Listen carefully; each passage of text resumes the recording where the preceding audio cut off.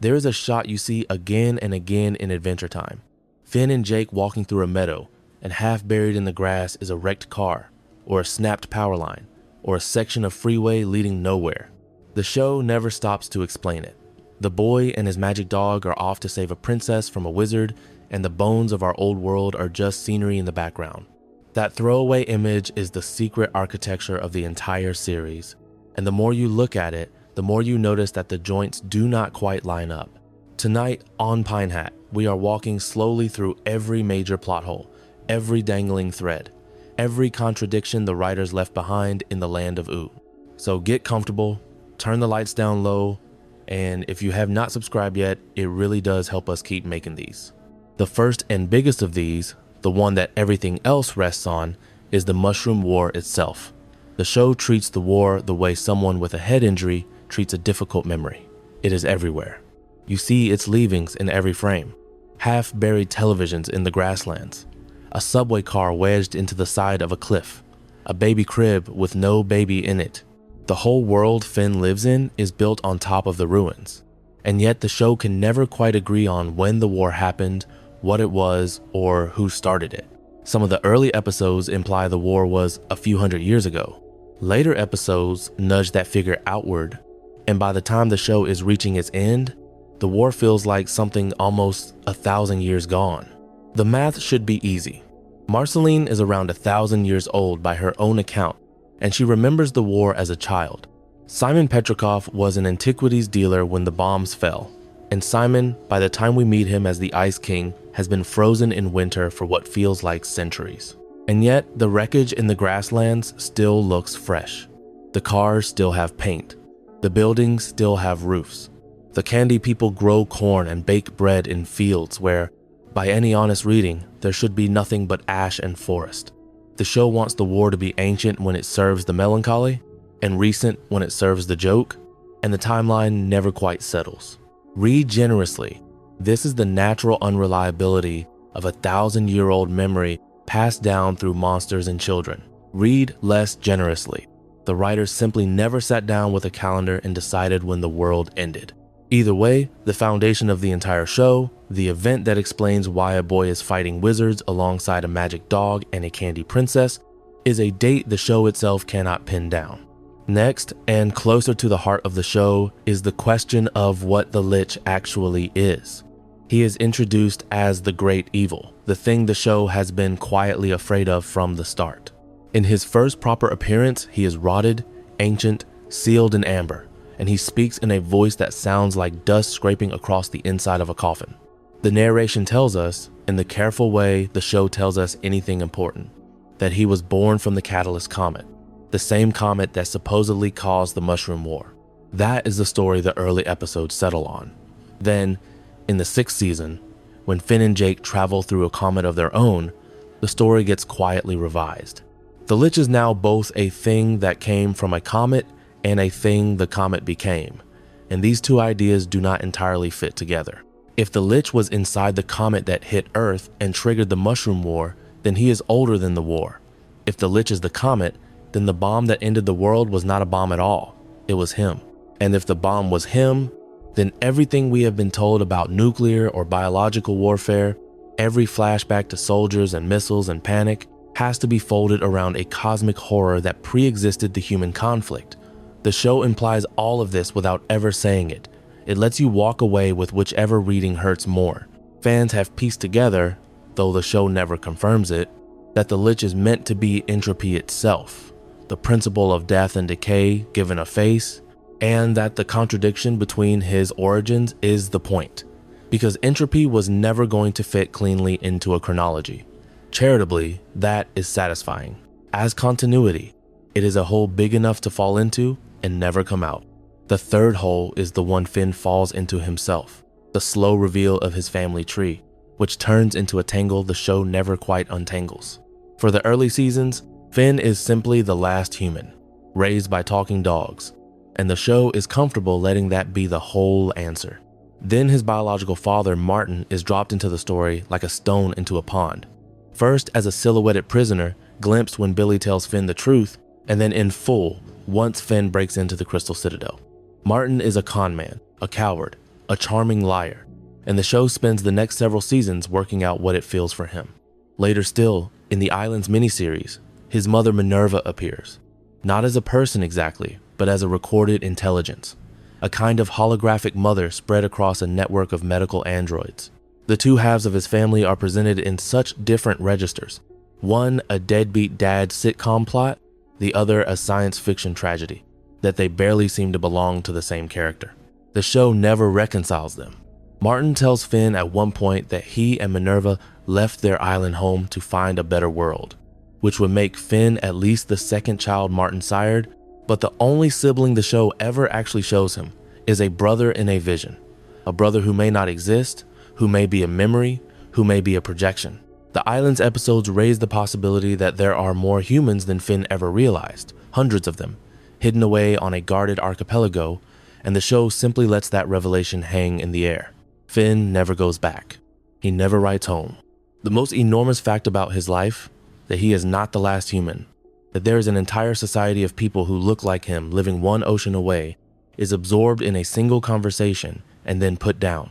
Thematically, that is a powerful piece of writing, about growing up and realizing you no longer fit where you came from. As plot, it is a thread cut clean off. From Finn's family tree, the show drifts, sometimes by design and sometimes not, into the most knotted of all its biographies, the history of the Crown. The Crown is the engine of the Ice King.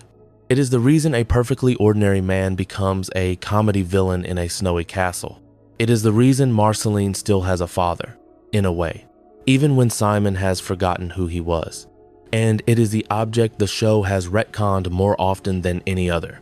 The earliest answer to where the crown comes from is the simplest one. Simon, a young antiquities dealer, buys it from a roadside vendor in the years before the war, brings it home to his fiancée Betty, puts it on as a joke, and learns very quickly that it is not a joke. Betty leaves. The bombs fall. Simon survives by wearing the crown, which protects him from the cold and the fallout but slowly hollows him out. That is the story we are given in the early episodes, and it is enough. Then the show, several seasons later, decides the crown needs a deeper history. It introduces Evergreen, an ancient ice elemental wizard who built the crown in an attempt to grant his deepest wish, the destruction of a sickly green comet that threatened the prehistoric Earth. Evergreen has an apprentice named Gunter, a small dinosaur creature who eventually puts on the crown himself. The crown ends up on Gunter, and Gunter becomes something else entirely. And through some chain of events the show never quite spells out, the crown survives across a vast stretch of geological time until it finds Simon. The contradiction is that the early episodes give the crown a folkloric, almost Twilight Zone quality, a cursed object found in a shop, while the later episodes give it a Tolkien backstory with named makers and named first wearers and a foundational myth attached. Both can coexist if you squint, but the show never actually puts them next to each other. The crown gets bigger every time we look at it. The man underneath gets sadder. And the actual provenance, the chain of hands the crown passed through between Gunter and Simon, is left almost completely blank. Generously, the show is more interested in what the crown does to its wearer than in where it came from, and that is a fair priority. Strictly, it is one of the largest blank spaces in the entire series. Then there is a question of why Princess Bubblegum appears to age and Marceline does not. The two of them are written, especially in the later seasons, as long parallel lives, two beings who have known each other for centuries, who have loved each other in small unspoken ways for almost as long as Ooo has existed. Marceline is canonically over 1,000 years old. She remembers the world burning. She remembers being a hungry little girl in a wrecked city, and Simon, before he was the Ice King, giving her a stuffed toy and singing to her in a deserted parking lot. She does not age, she is half demon and fully vampire, and she has not changed her face in centuries. Bubblegum is also extremely old by any human measure. She was made by Mother Gum from a piece of living candy biomass, and she has memories that reach back to the years just after the war. In some flashbacks, she is a child, in others a young adult, in others a grown ruler with graying instincts if not graying hair. The show treats her aging as both a fact and a non-fact. She gets older in certain flashbacks and not in others. She is the same physical age across hundreds of years of present-day storytelling. The show implies, in the episodes about her early life, that she resets her body periodically by reintegrating with candy biomass, and that her current self is the most recent in a long line of selves. But that explanation is never made cleanly. Why one of these immortal women looks the same forever and the other appears to have grown and changed and possibly grown again is one of those questions the show prefers to feel rather than answer. Read this way, the difference between them is thematic. Marceline is frozen by trauma. Bubblegum is held together by science and willpower. Either is plausible, neither is canon. Sweet Pea is the next great unresolved tangle, and it might be the strangest one. Sweet Pea is, technically, the Lich. He is the ancient evil reborn in the body of an enormous, sweet-hearted toddler raised by tree trunks and Mr. Pig, learning to speak in small, careful sentences, terrified of his own dreams. The show wants you to believe two things at once about him. One, that the Lich is gone, that the transformation worked, that this child is a new person with a new soul and that the past has no claim on him. Two, that the Lich is still in there somewhere, that he flickers at the edges of Sweet Pea's vision, that he might come back. The show never picks. In some episodes, Sweet Pea is just a kind-hearted little boy. In others, he has nightmares that are clearly the Lich whispering at him from inside his own head, and the question of how those two states can both be true is never settled. Is the Lich dormant? Is the Lich dead? Is the Lich watching? Was the transformation a moral cleansing or just a costume? By the time the series ends, it treats Sweet Pea as essentially a kid, and that is touching in its way, but it asks you to forget that you watched Billy, a hero, perform an act of remaking that should not have worked on a being that should not have been able to be reformed at all. As far as fans have pieced together, Sweet Pea is meant as a moral statement about whether evil can be raised out of itself by love, and the writers leave it deliberately ambiguous because the moral question is more interesting than any answer. Charitably, the open ending is the point. Strictly, it is an enormous loose end the finale chooses not to address. Fern is another character the show keeps on a loose tether. Fern is the grass demon, the Fen sword, the thing born when Fenn's old grass sword merged with a sample of his arm and grew, briefly, into a second Fen. He is a complete other person and at the same time a piece of Fen, a brother, and a shadow at once. He is also one of those characters the show kills and then, very quietly, brings back. In the season 8 finale, he is destroyed. In the series finale, an acorn from him is planted, and the show implies that a new Fern will grow and that this Fern will be different. Distant Lands, in the Together Again special, brings Fern back as one of the people Finn and Jake meet in the afterlife, and he is at peace and you accept it because the moment is well written, but the rules of his existence have been broken several times by then.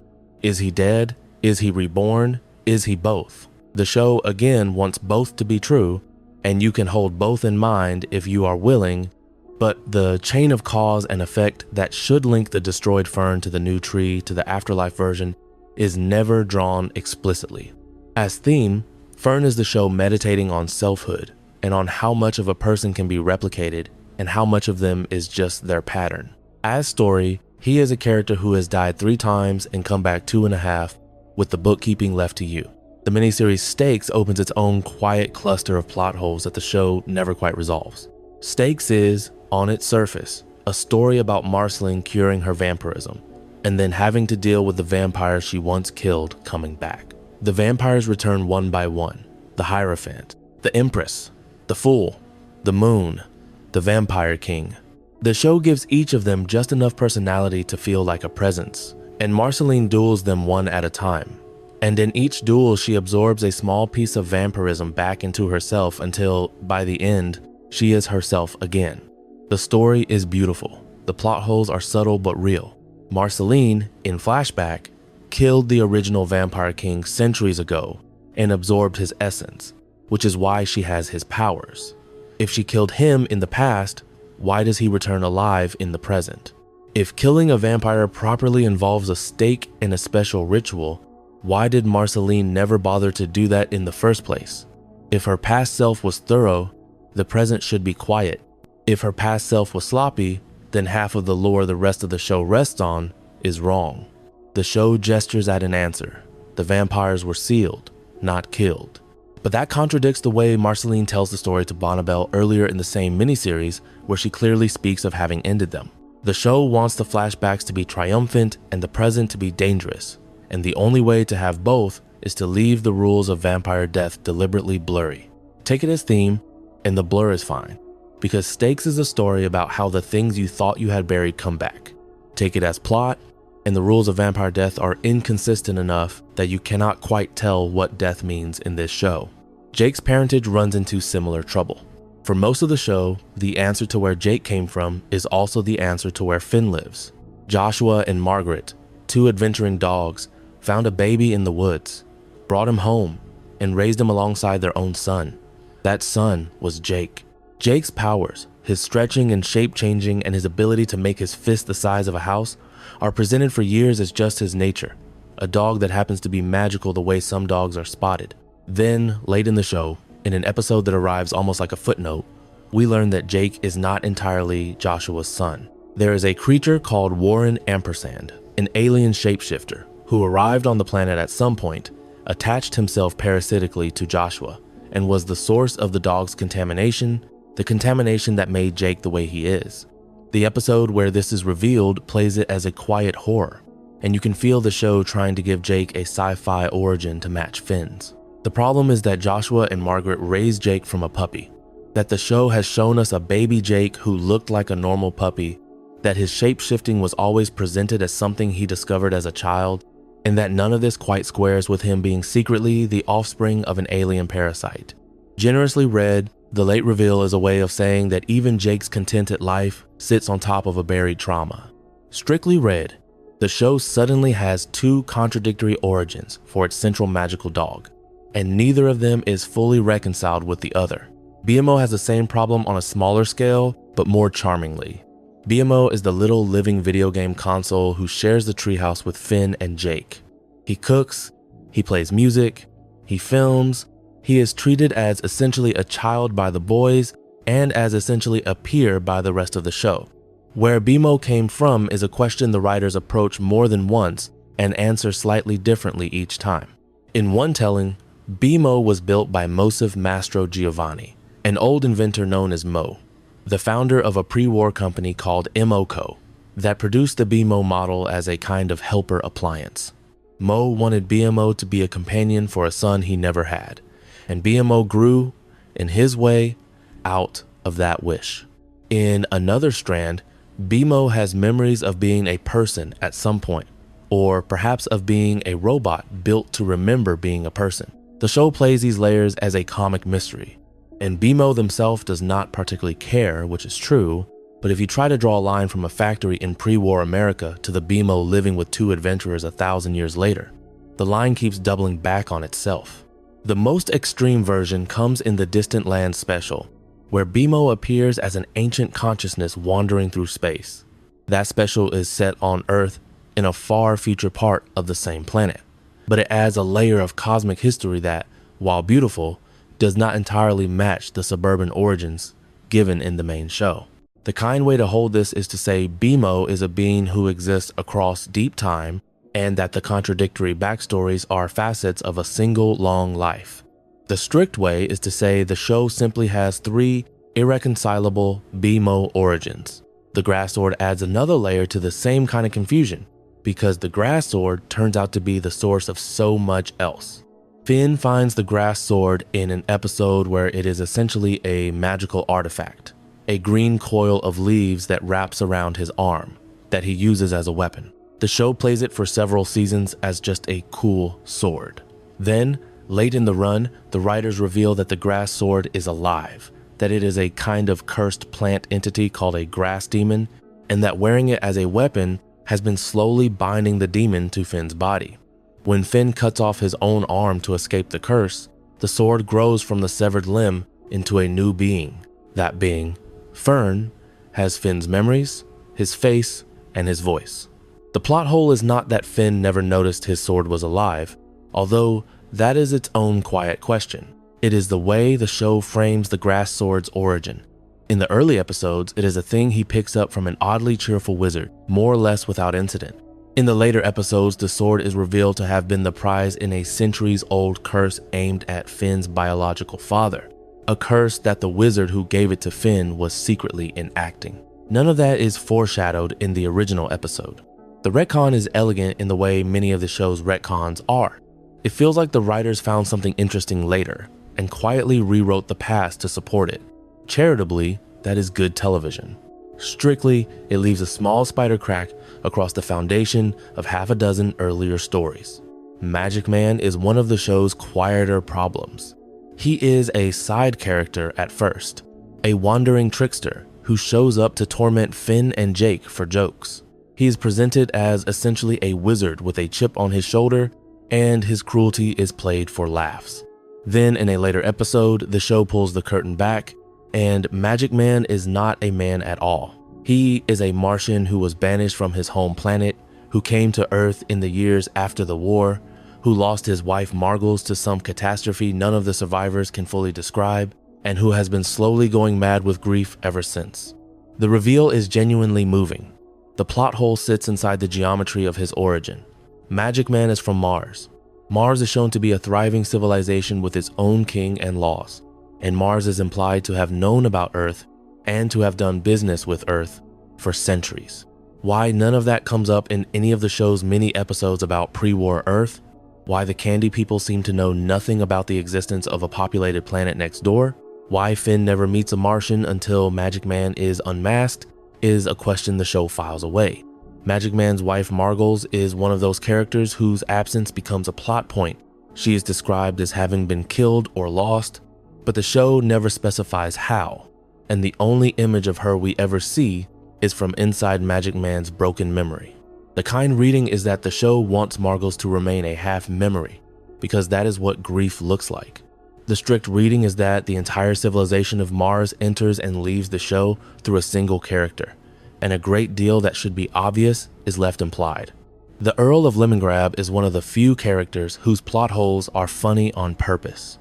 Lemongrab is a screaming yellow citrus humanoid who was created by Princess Bubblegum as an experiment in candy biology and was instantly so unbearable that she banished him to live alone in a distant castle. He is, by Bubblegum's own admission, a mistake. He is later shown to have made a copy of himself, then a third copy, then to have absorbed both copies back into himself to form an enormous fused Lemongrab. He is then split again.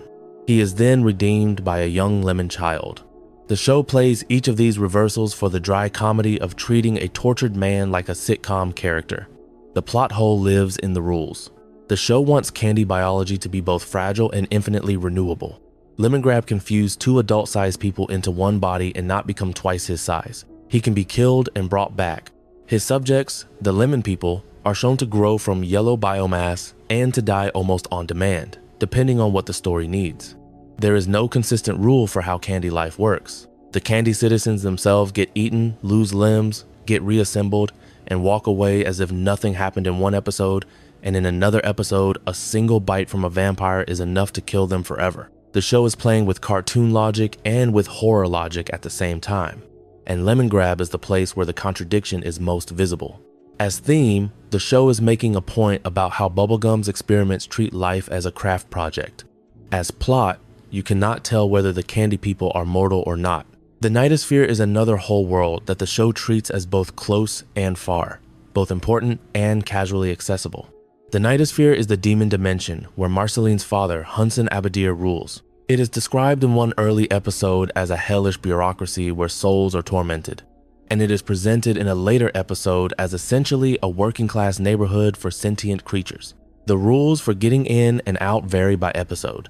Sometimes you need a specific summoning ritual involving milk and a strawberry. Sometimes you need a special amulet that absorbs souls. Sometimes you can just call your dad and he will pop over. The Nightosphere is sometimes positioned as a vast metaphysical realm, and other times as a small private apartment building with one tenant. Hunson himself is shown to be both a galaxy-class evil and a slightly embarrassing father whose main concern is whether Marceline is eating enough. Read sympathetically. The inconsistency is the point. The Nightosphere is hell as the people who live there see it, which is to say, hell as the place where they have to do their laundry. Read literally. The show has never decided whether Hunson is a cosmic threat or a sitcom dad, and it lets him slide between the two so often that neither version quite lands. GOLB is the place all the other questions eventually drain towards.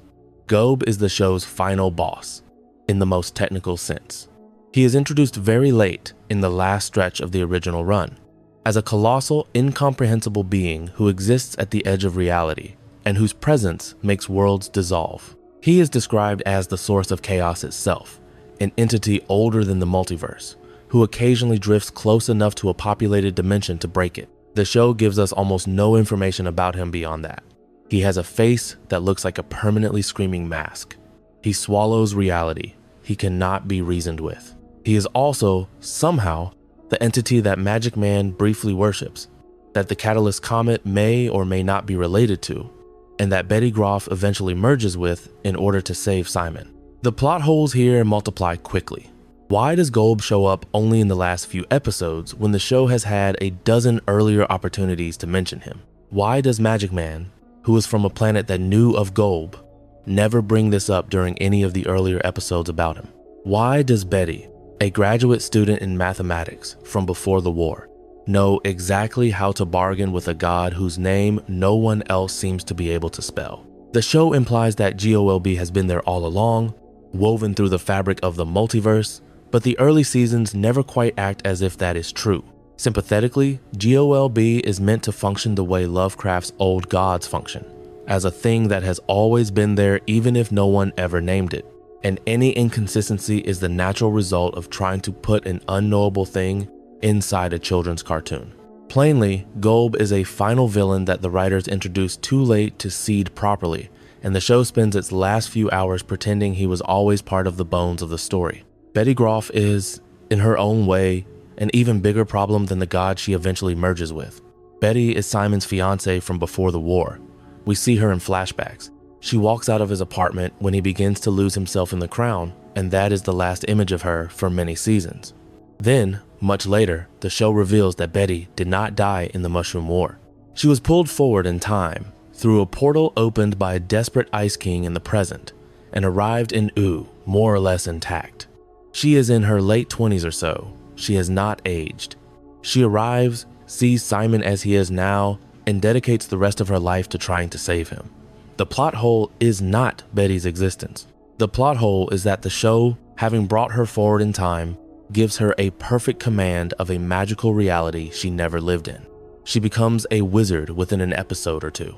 She is fluent in the rituals of Magic Man's house.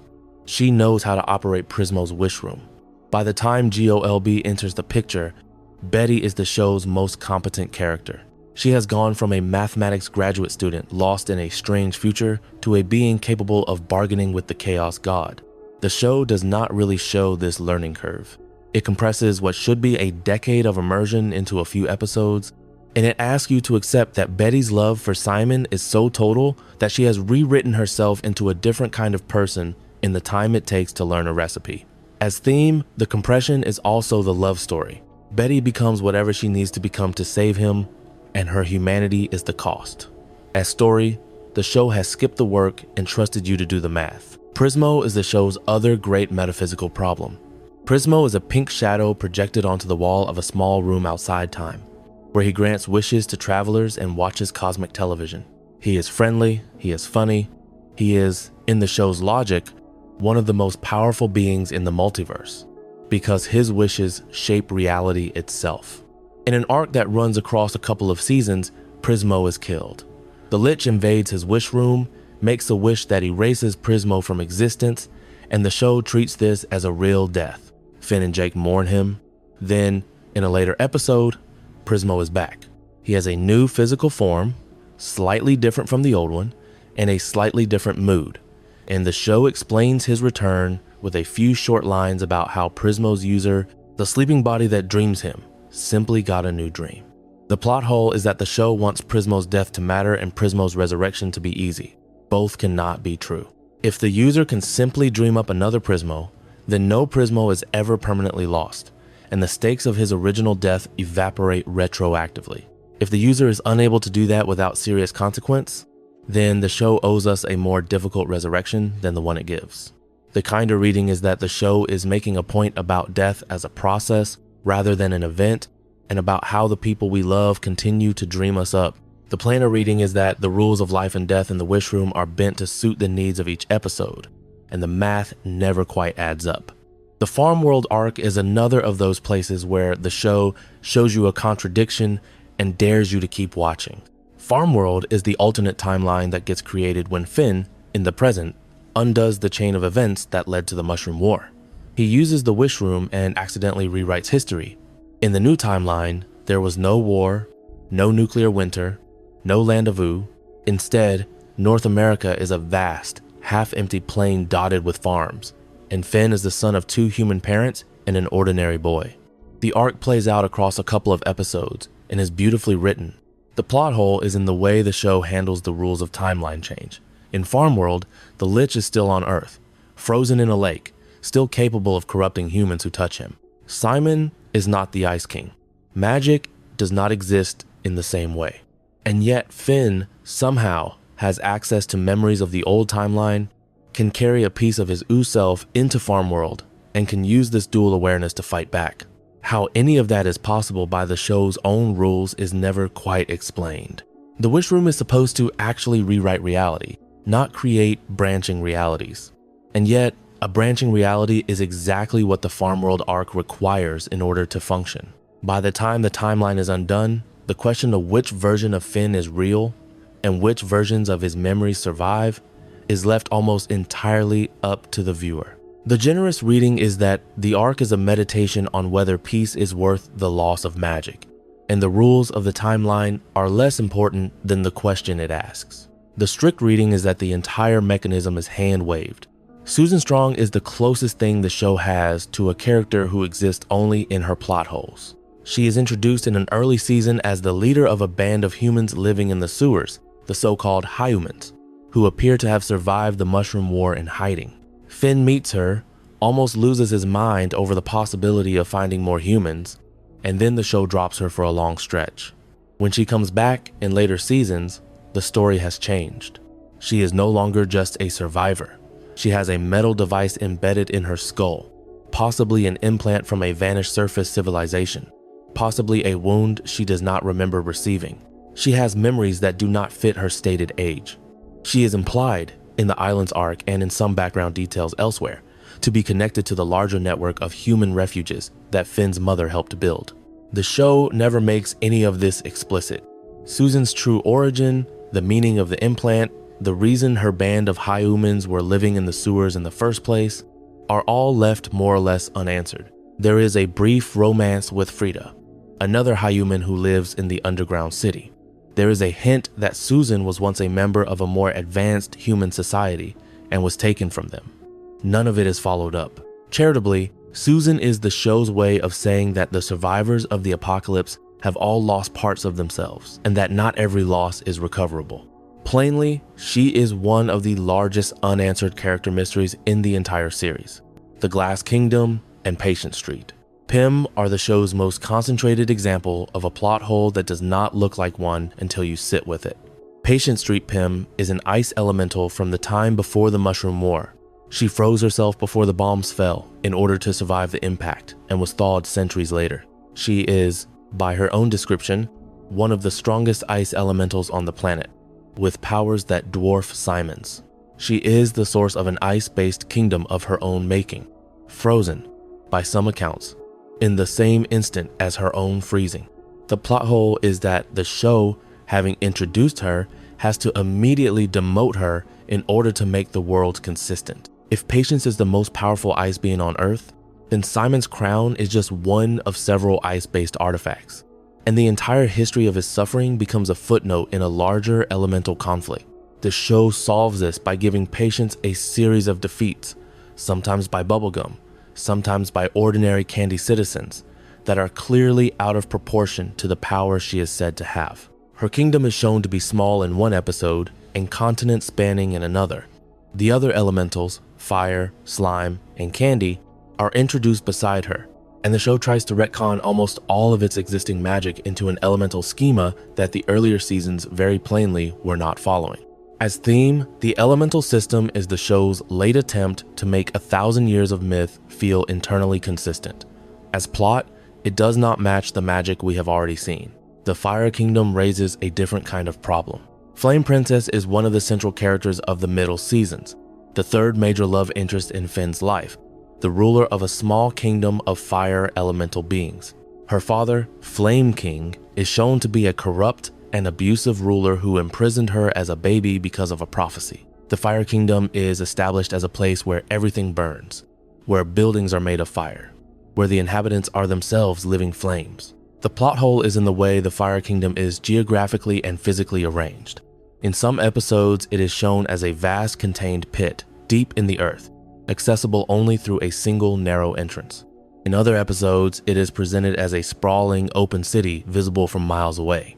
In some episodes, the fire is contained by sheer cultural willpower, in others by special enchantments, in others not at all. Why the rest of Ooo, which is largely made of wood and grass and candy, has not been set permanently on fire by the Fire Kingdom's mere existence is a question the show never quite answers. Flame Princess herself can ignite anything she touches in some episodes, and can walk through forest without leaving a mark in others. Her romance with Finn ends in part because of the literal incompatibility of their bodies, and the show plays this for genuine emotional weight, but the rules of fire elemental life keep shifting underneath the relationship. Read with kindness, the inconsistency is the way the show is dramatizing the danger of love that does not quite fit. Read with strictness, the Fire Kingdom obeys different physics every time we see it.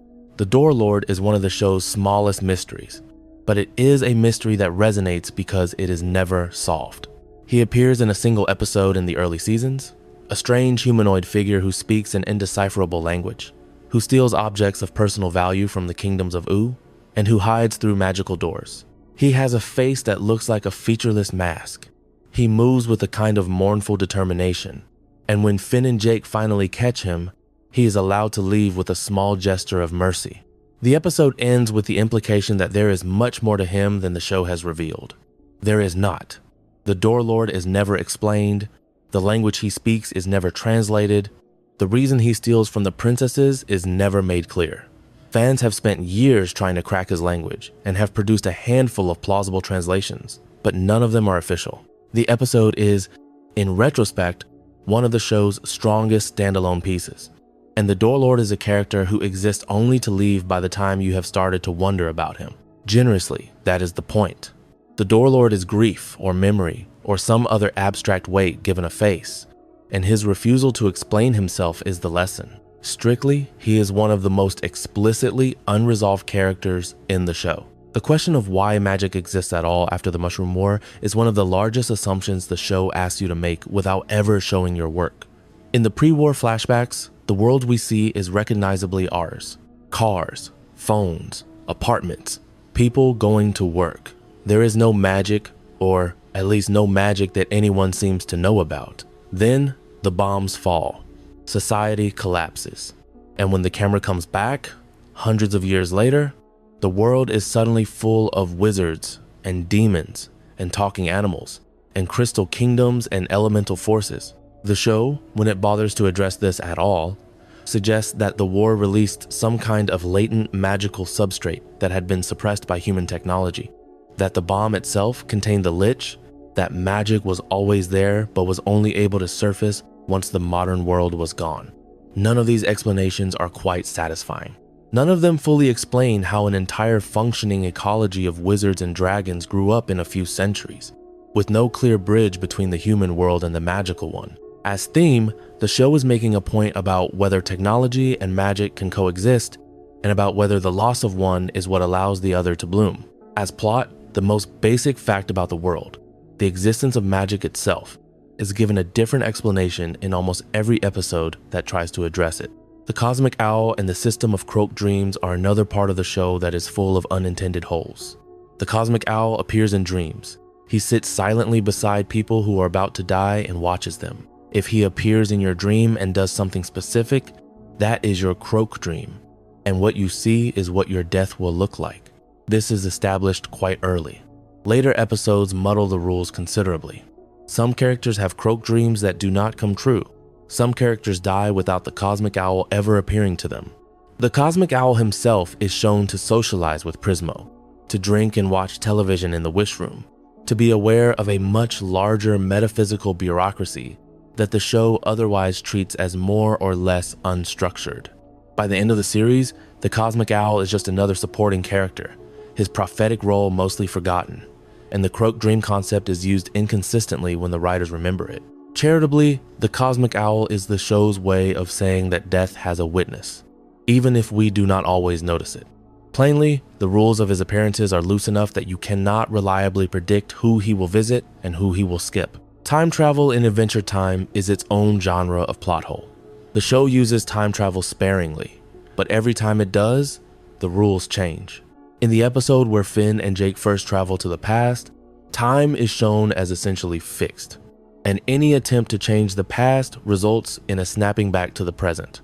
In a later episode, Finn travels into the Lich's preferred timeline, where the present is undone and a new future grows up in its place.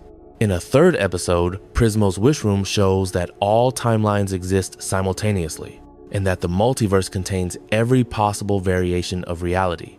Each of these models is internally coherent. None of them are coherent with each other. By the time the show is approaching its finale, the writers seem to have given up on trying to harmonize them, and they simply use whichever model makes the current episode work.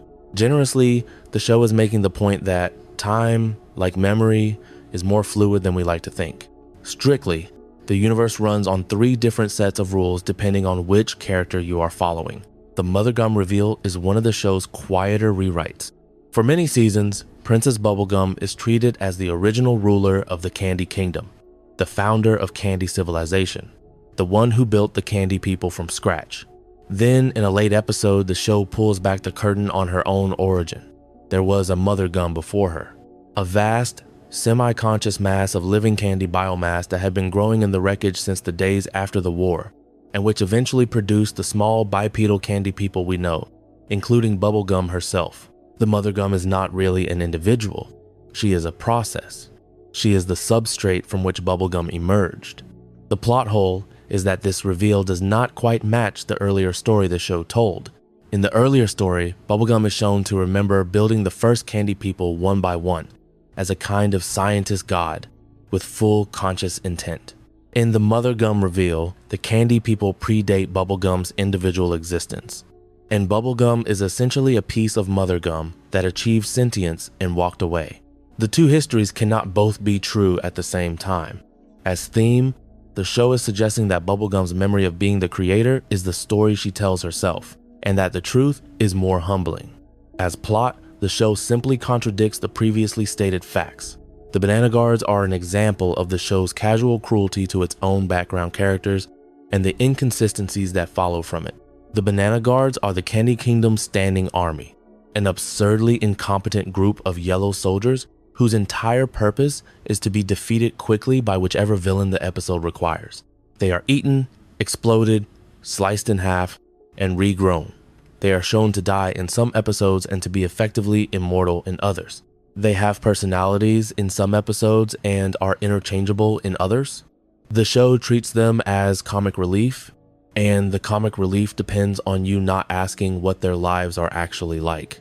The Mother Gum reveal gives the Banana Guards an extra layer of complication. If they are products of the same biomass as Bubblegum, then they are her relatives, in some loose sense, and the casual disposability of their lives starts to read very differently. The show never quite acknowledges this. Read warmly. The Banana Guards are a satire of conscription and of the way societies use disposable workers as a buffer between the rulers and the world.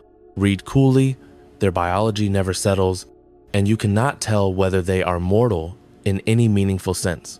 The Forgotten Brother in Finn's mind is one of the show's most haunting unsolved subplots. In a single late episode, Finn drinks from a magical mushroom and is visited by a vision of his brother, a young man who looks something like an older Finn, who appears to know him, who hugs him in a brief, devastating moment, and who is then gone. The show has never previously mentioned that Finn has a brother. The vision is presented as something more than a dream and less than a memory. It is unresolved. The Distant Lands continuation, much later, does add a piece of context, suggesting that the brother is real in some form, but stops short of giving him a name or a history. By most accounts, the brother is meant to be a child Martin had with another partner, or a half-remembered companion from Finn's infancy on the islands, or even a glimpse of one of the alternate timeline Finns from a parallel universe. The show keeps all of these readings live, and none of them are confirmed. The kind way to hold this is to say the brother is grief that does not have a face, the way the people we have lost sometimes feel like people we never quite met. The strict way is to say he is the most explicit, unanswered question Adventure Time leaves on the table. Gunther is a smaller plot hole on the surface, and a much larger one once you start pulling the thread. Gunther is the name the Ice King gives to his penguin minions. There are dozens of them, all called Gunther, all more or less interchangeable, although a few of them have been given distinct quirks across the run of the show. Late in the series, one specific Gunther is revealed to be Orgalorg, an ancient cosmic horror who was banished to Earth in a small penguin-shaped body and has been waiting for the right alignment of comets to return to its true form. The reveal turns a piece of background comedy into a genuine cosmic threat.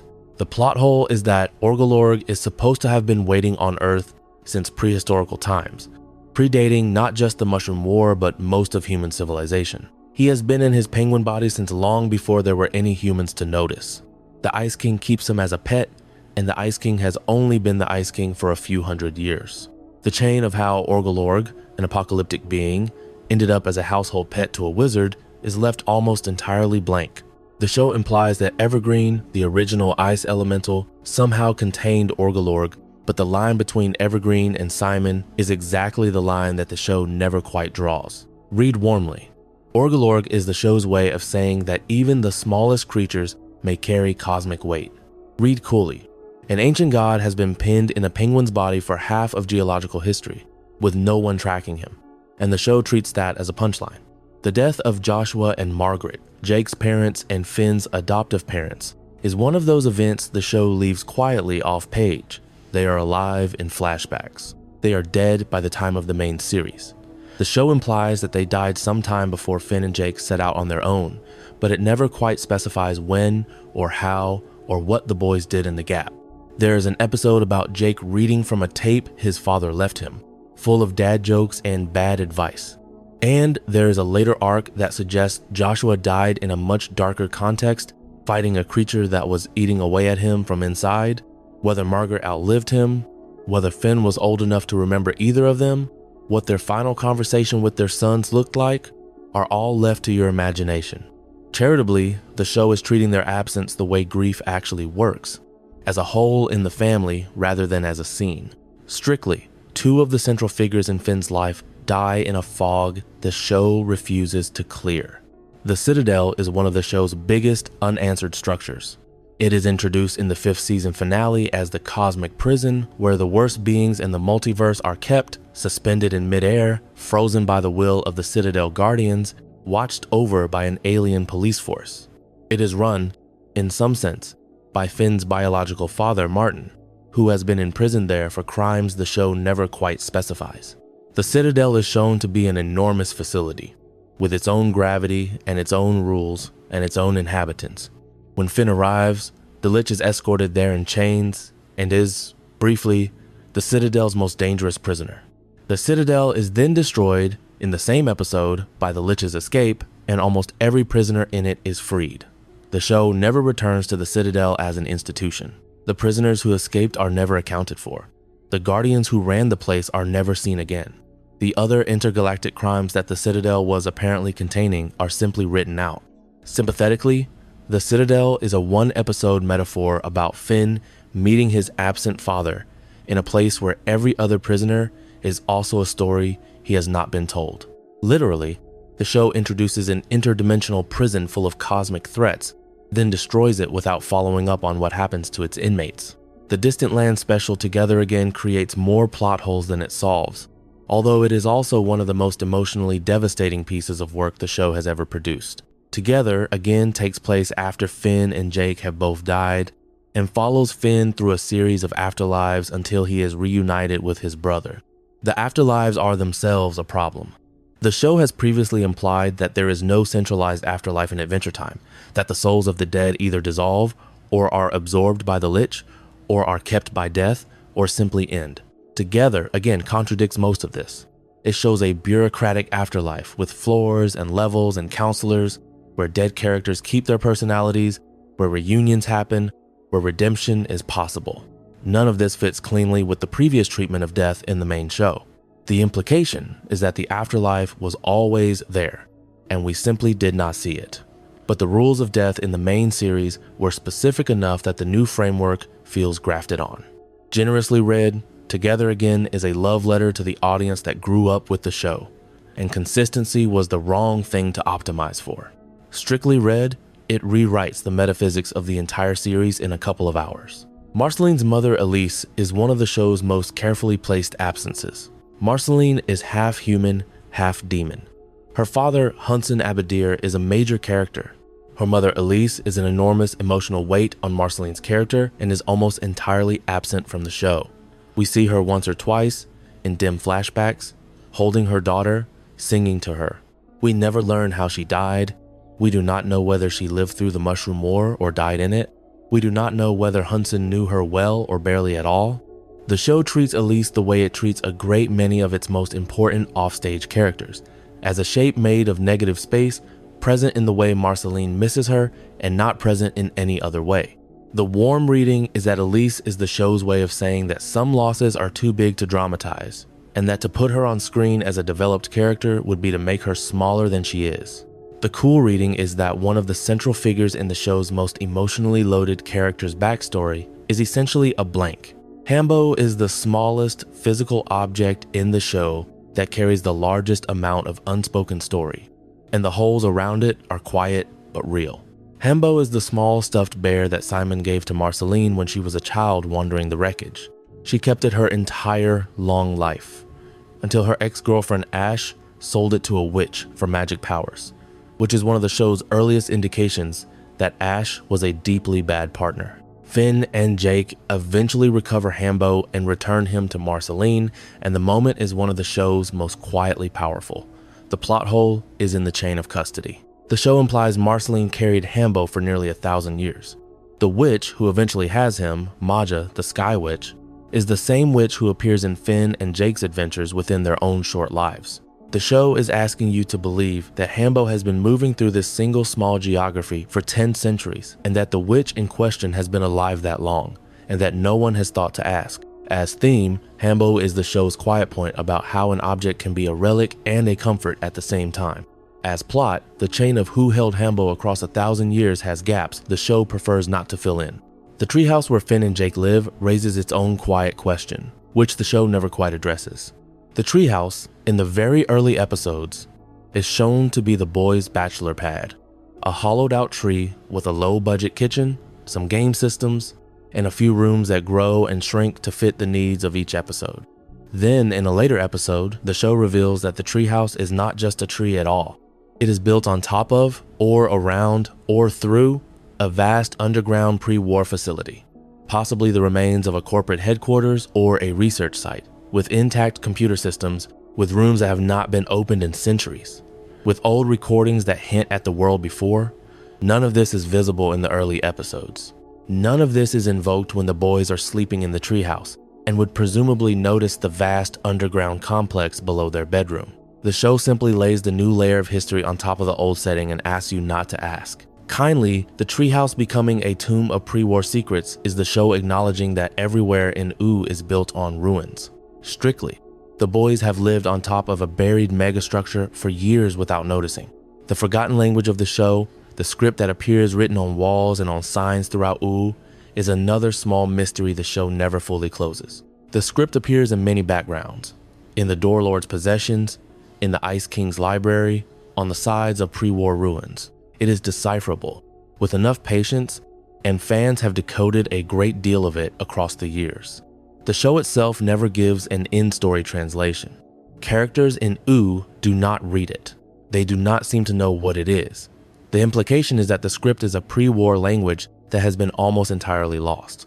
But the show never specifies which pre-war language, and the inscriptions sometimes appear in places no pre-war civilization should have reached. The warm reading is that the script is the show's quiet visual signal that the world is full of writing no one in the world can read.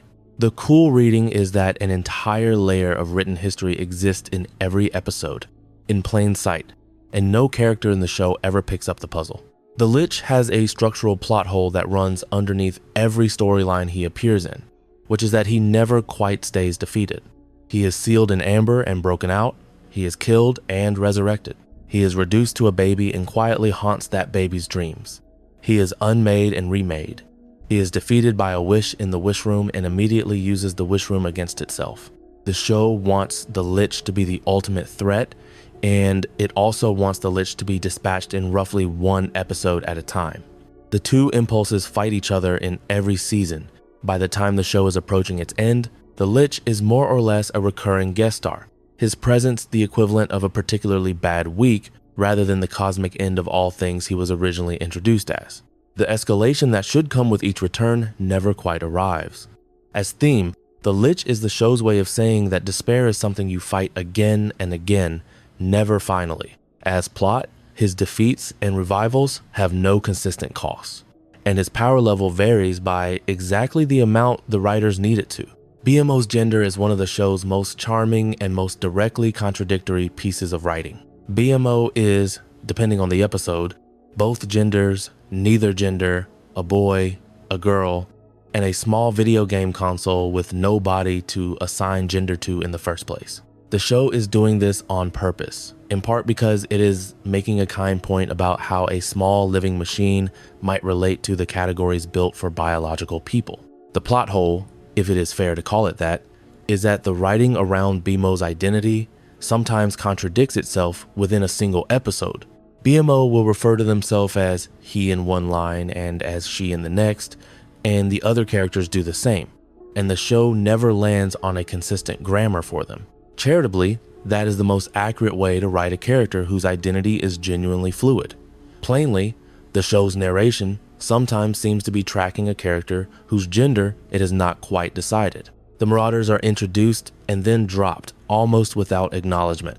They appear in an early episode as a rough tribe of post-war humans who live on the edge of the Candylands, who raid the Candy Kingdom for resources, who are presented as Finn's equals in stubbornness and crudity.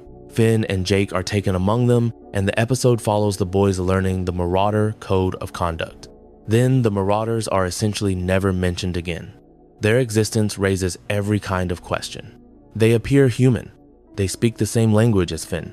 They have a tribal culture that suggests centuries of post-war adaptation. They should be a major part of the show's wider sociology. Instead, they are a one-episode joke. Kindly, the Marauders are an early indicator that the human story is more complex than Finn has been told, and the show is laying the groundwork for the later reveal of the islands. Strictly, they appear and disappear without any narrative weight, and the human survivors they imply are never integrated into the wider story. Lumpy Space Princess is a character whose entire backstory is a plot hole, and whose plot hole is the source of most of her humor. She is the heir to a small floating kingdom that exists in a dimension of lumps. Her parents are king and queen of that dimension. She has run away from home and lives in the woods on Ooo, eating roadkill and sleeping under bushes. The plot hole is that the rules of her existence keep changing. She is sometimes presented as a literal princess of a real dimension, with real diplomatic responsibilities, and sometimes as a wandering teenager whose family is a humiliation. She is the only being of her kind in some episodes, and one of many almost identical lumpy people in others. She has a power to make other people lumpy with a bite, in the way a zombie creates more zombies, and the show plays this for a single episode and then drops the rule. The lumpy disease never recurs. The implication that anyone she has ever bitten should also be lumpy never comes up. The forgiving reading is that the show is having fun with a character whose entire body is a metaphor for adolescent self-disgust, and the inconsistency is part of the chaos. The strict reading is that her rules of contagion and her diplomatic status are different in every episode. The Wildberry Kingdom and the other miniature kingdoms scattered around Ooo are an entire category of plot hole. The Candy Kingdom is the center of the show's politics, but Ooo is dotted with smaller kingdoms, each ruled by its own princess. There is the Wildberry Kingdom, made of berries. There is the Breakfast Kingdom, made of breakfast foods. There is the Engagement Ring Princess, who rules a kingdom of rings.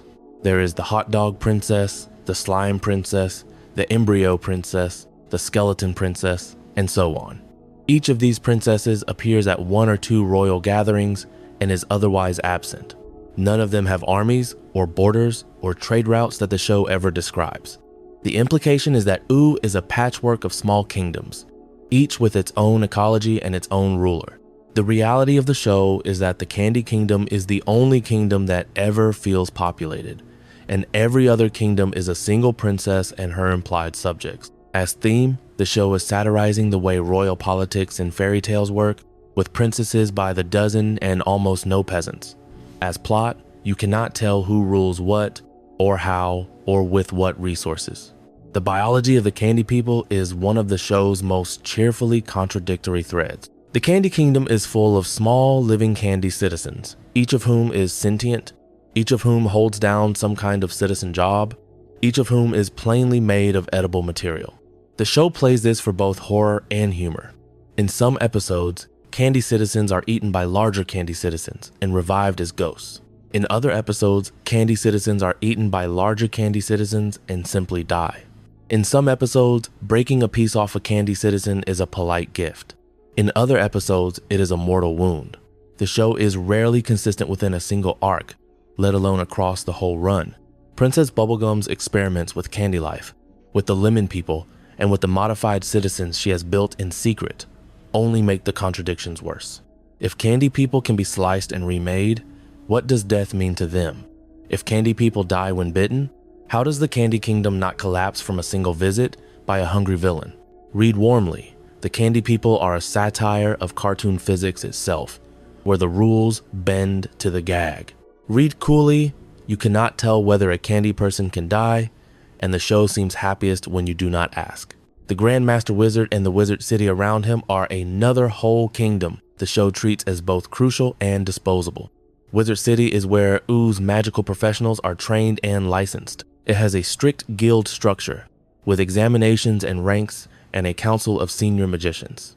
It is also a place that Finn and Jake visit perhaps 3 times in the entire run of the show. The Grand Master Wizard, the head of the guild, is shown to be obsessed with abs and almost nothing else.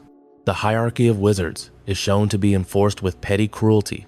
The actual practice of magic is supposed to be governed by Wizard City's laws, and almost no wizard in the show seems to know or care that those laws exist. The Ice King, who casts spells routinely, has presumably never registered with Wizard City. Magic Man has not. Maja the Sky Witch has not. The show implies that Wizard City has authority and shows almost no scene in which that authority is exercised. Charitably, the show is satirizing the way professional licensing works by inventing a guild that no one feels bound by.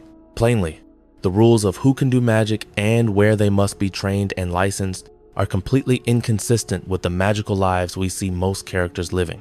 The Land of Oo's geography is one of the most cheerfully unreliable maps in any animated show. The Candy Kingdom is somewhere in the middle, the Ice Kingdom is to the north, the Fire Kingdom is somewhere below. The Nightosphere is in some other dimension entirely, although it is sometimes accessed by climbing a particular hill. The grasslands are between everything. The Treehouse is in one specific place. Whenever Finn and Jake travel, the distances and directions change. The Cotton Candy Forest is next to the Candy Kingdom in some episodes and a multi-day walk away in others. The Ice Kingdom is visible from the Treehouse in one episode and unreachable without flight in another.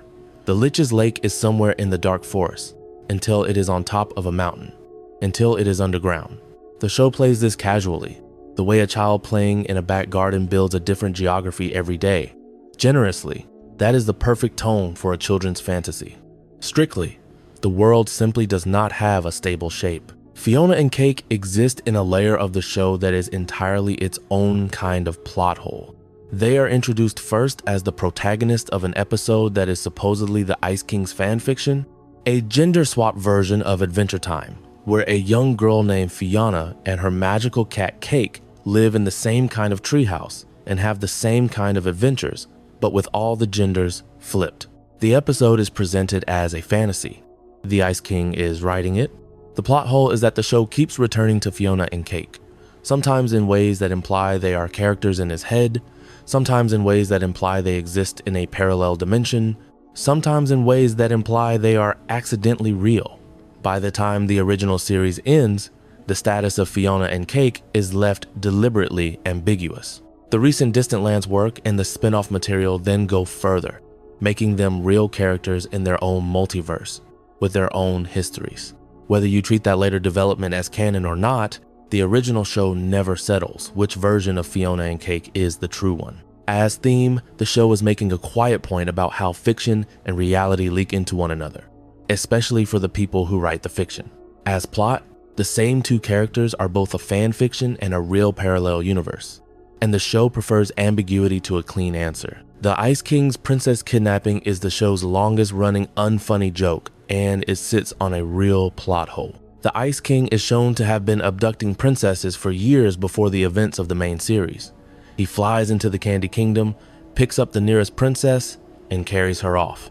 Finn and Jake then rescue her. The kingdoms of Ooo are aware of this. They have presumably been aware of it for a long time.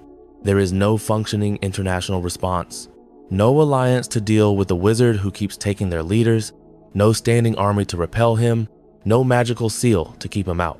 Princess Bubblegum is a brilliant scientist with effectively unlimited resources, and she has not yet built a defensive perimeter that can stop a single ice wizard from sleeping in her bed. The show is having fun with the trope of the captured princess, and the joke depends on you not asking why this has been allowed to go on. Later episodes give us Simon's actual story, and the laughter softens, because we now know the man in the crown is grieving. But the question of why the kingdoms allowed his behavior to continue year after year, kidnapping after kidnapping, is one the show never really answers. Warmly read, the show is making a point about how communities tolerate troubled individuals when the trouble has become familiar enough to forget. Collie read, an active kidnapper has flown into the same city every week for years with no organized response. Tree Trunks is one of those characters whose age is a plot hole all by itself. She is presented as a small elderly elephant with an apple farm and a sweet manner. She is married to Mr. Pig. She is, at one point, revealed to have been an adventurer in her own youth, who once swung a sword and slew monsters across faraway dimensions. In another episode, she is revealed to be of considerable age, possibly older than most of the cast. She remembers things that should not have happened in any normal lifespan. She knew Magic Man. She has been to the Crystal Citadel. In some early flashback frames, she seems, by her own implied history, to predate Ooo as we know it. None of this is reconciled. Tree Trunks is treated as a sweet old lady whose apple pies are a running gag, and the show occasionally adds another decade or another century to her implied biography without ever rationalizing the previous ones. As theme, she is the show's way of saying that the people who look quietest sometimes have the longest stories. As plot, her actual age is whatever the current writer decides it should be. The story of Lemon Hope is a plot hole disguised as a coming-of-age song. Lemon Hope is a small lemon child who grows up in the dungeons of Lemongrab's castle. He is the chosen one for the lemon people. He escapes, wanders the wider world, and is eventually called back to liberate his people from Lemongrab's tyranny. The show treats his liberation as a moral triumph. The plot hole is in what happens next. After Lemon Hope frees the lemons, he leaves. He has decided, after a single afternoon of saving his people, that he does not want to be a king and is going to wander the desert alone. The show presents this as a kind of moral exhaustion, the choice of a free being who refuses to inherit a throne. But the lemon people are left to govern themselves, with no apparent leader, and the show never shows what happens to them afterward. They simply disappear from the storyline. Charitably, the song is making a point about whether liberation requires a permanent leader and about how some people are made of freedom that cannot be contained. Strictly, an entire kingdom is released from tyranny and then never mentioned again. Princess Cookie is another character whose story is a one-episode tragedy that the show never properly closes. Cookie is a small candy citizen who, in his backstory, wanted only to be a princess as a child and was crushed by the world's refusal to let him have that. He grows up bitter, kidnaps the Candy Kingdom's bank, and demands a crown. Finn sympathizes with him. The episode ends with Cookie leaping off a cliff and being saved by Princess Bubblegum, who agrees to let him spend his days in the Candy Mental Hospital, pretending to be a princess. The episode is one of the show's earliest serious explorations of how unfair the social order of the Candy Kingdom can be. The plot hole is that the show never returns to Cookie. He is wheeled into the hospital, given a small crown, and dropped from the narrative. Bubblegum's casual willingness to medicalize his despair, the implication that the Candy Mental Hospital is the place where bothersome citizens are kept, is left without follow-up. The kind reading is that the show is showing you the dark underbelly of Bubblegum's rule, the way her benevolence has an institutional shadow. The strict reading is that Cookie's story ends in an asylum, and the implications are never addressed. The Crystal Dimension and its denizens are another whole world the show treats as both important and disposable. The Crystal Dimension is the place Magic Man originally comes from. It is also, possibly, the source of Stormo and Goliad, although the show is never quite clear. It is the home of various crystal beings, including a small group of mortal-looking people who appear in some of Magic Man's flashbacks. The show implies that there is an entire civilization in the Crystal Dimension, with its own politics, its own grief, its own losses. Magic Man is the only character we ever meet from there, and even his memories are filtered through madness. As theme, the Crystal Dimension is the show's way of saying that every character we meet is the last survivor of some other catastrophe. As plot, an entire dimension's worth of culture is implied and never delivered. Goliad and Stormo are characters who exist mostly to point at a plot hole. Goliad is Princess Bubblegum's first attempt at creating a successor, a sphinx-like candy being with vast psychic powers. She is created in a lab. She is meant to inherit the kingdom. Within an episode, she turns out to be too ambitious, too hungry for power, too willing to use her psychic abilities for control. Bubblegum builds Stormo, a second psychic being from Finn's DNA, who can fight Goliad to a standstill. The two of them lock in psychic combat above the kingdom and remain locked, motionless, for the rest of the show. They are essentially statues with minds that are still active. The plot hole is what their existence means for the rest of the show. Two enormously powerful psychic beings hover above the Candy Kingdom, supposedly forever, in a permanent fight. They are never used as a defense against any of the other threats the kingdom faces. They are never mentioned again. Princess Bubblegum, who has the technical ability to build minds capable of contending with the Lich, simply leaves them frozen above the kingdom and forgets about them. The warm reading is that the show is making a point about the failures of intelligent design and about how Bubblegum's solutions tend to create new problems that she then leaves in stasis. The cool reading is that two of the most powerful beings on Ooo are floating above the Candy Kingdom, and the kingdom keeps almost being destroyed anyway. Maja, the Sky Witch, is another character introduced with great gravity who then disappears. She is the witch who buys Hambo from Ash. She is revealed to be a magic user capable of confronting even Marceline in a fight. She steals souls and feeds them into her familiar. She is genuinely scary, and her single appearance is one of the more striking episodes in the show. She is then dropped. There is a brief mention of her in a later episode and almost nothing else. Why a witch this dangerous is allowed to live in the woods near the Candy Kingdom without intervention. Why Bubblegum, who has been shown to take aggressive action against magical threats, has not addressed her, is left blank. Sympathetically, Maja is one of the show's many indications that Ooo is full of dangerous people who are tolerated as long as they stay quiet. Literally, an antagonist of real power vanishes after a single episode and is never followed up. Aunt Lolly and the Pup Gang are tiny plot holes that point at the larger question of Jake's biology.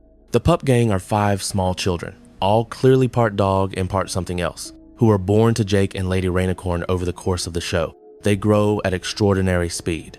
They develop their own personalities almost overnight. They have powers that vary by episode, sometimes inheriting Jake's stretching, sometimes Lady's powers, sometimes neither, sometimes both, sometimes a third thing entirely. They have their own subplots and their own lovers and their own family dramas, and the show treats them as roughly contemporaries of Finn within a year or two of being born. Aunt Lolly is one of these pups, although her exact relationship to the others is muddled by the rapid timeline. The plot hole is that the show has invented an entire biological cycle for Jake's descendants that runs at a different speed from everyone else's, and the rules of that cycle are never quite spelled out.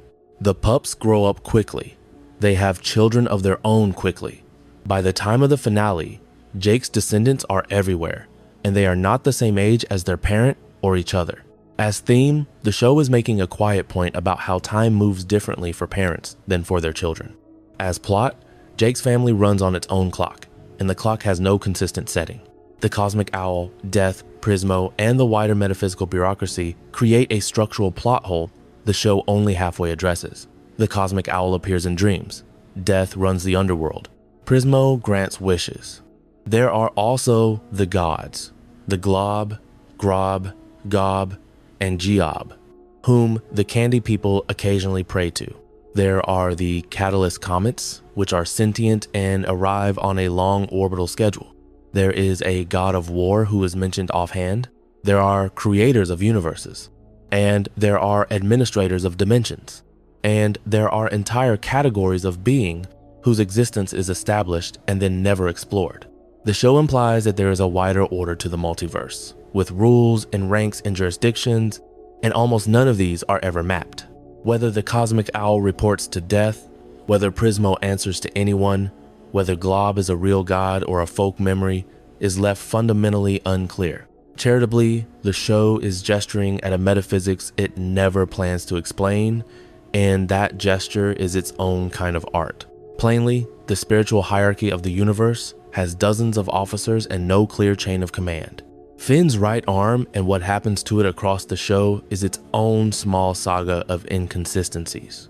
Finn loses his arm in a fight with his father, Martin, who steals the Citadel's containment fluid to escape his prison.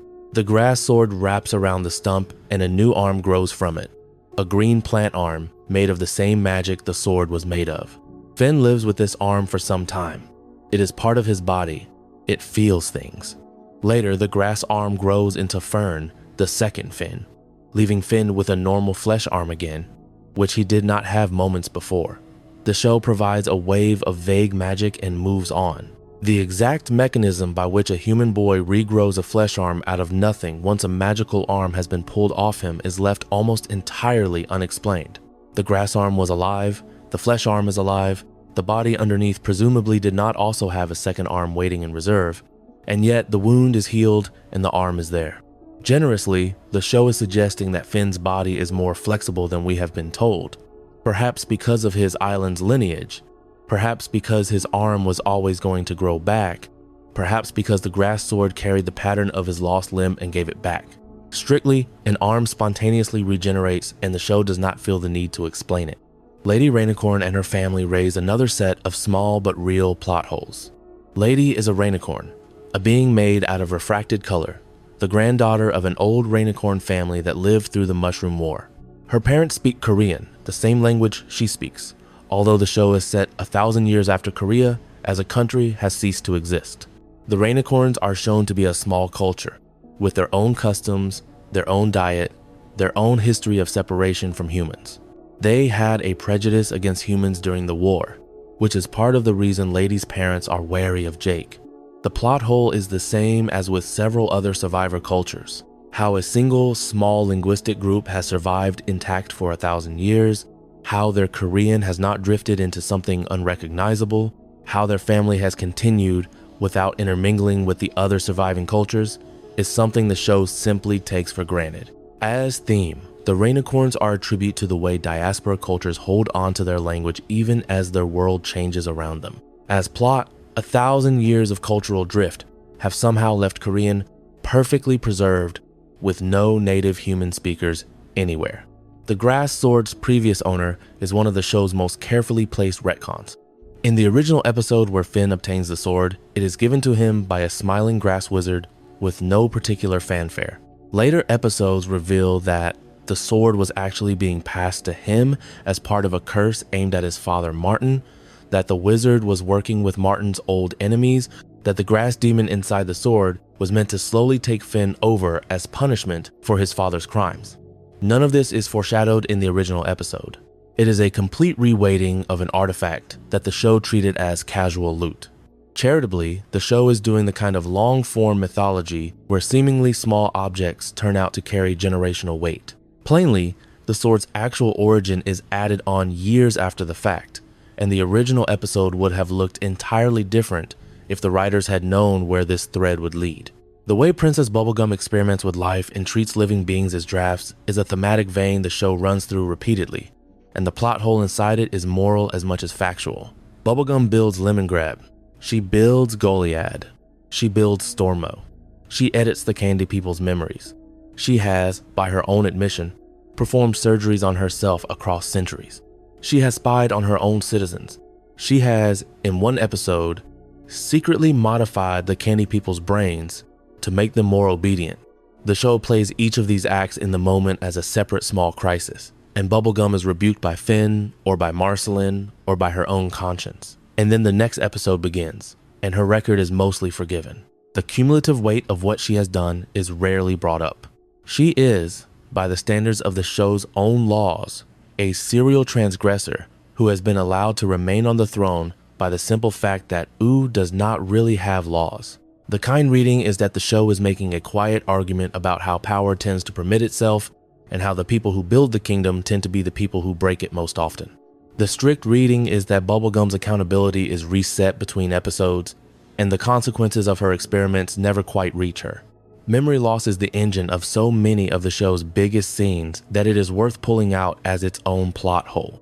Simon loses his memory because of the crown.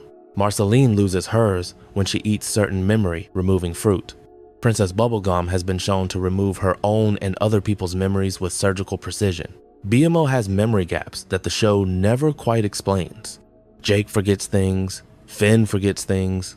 The show is interested in memory the way other shows are interested in money, as a resource that is always being lost or restored or stolen.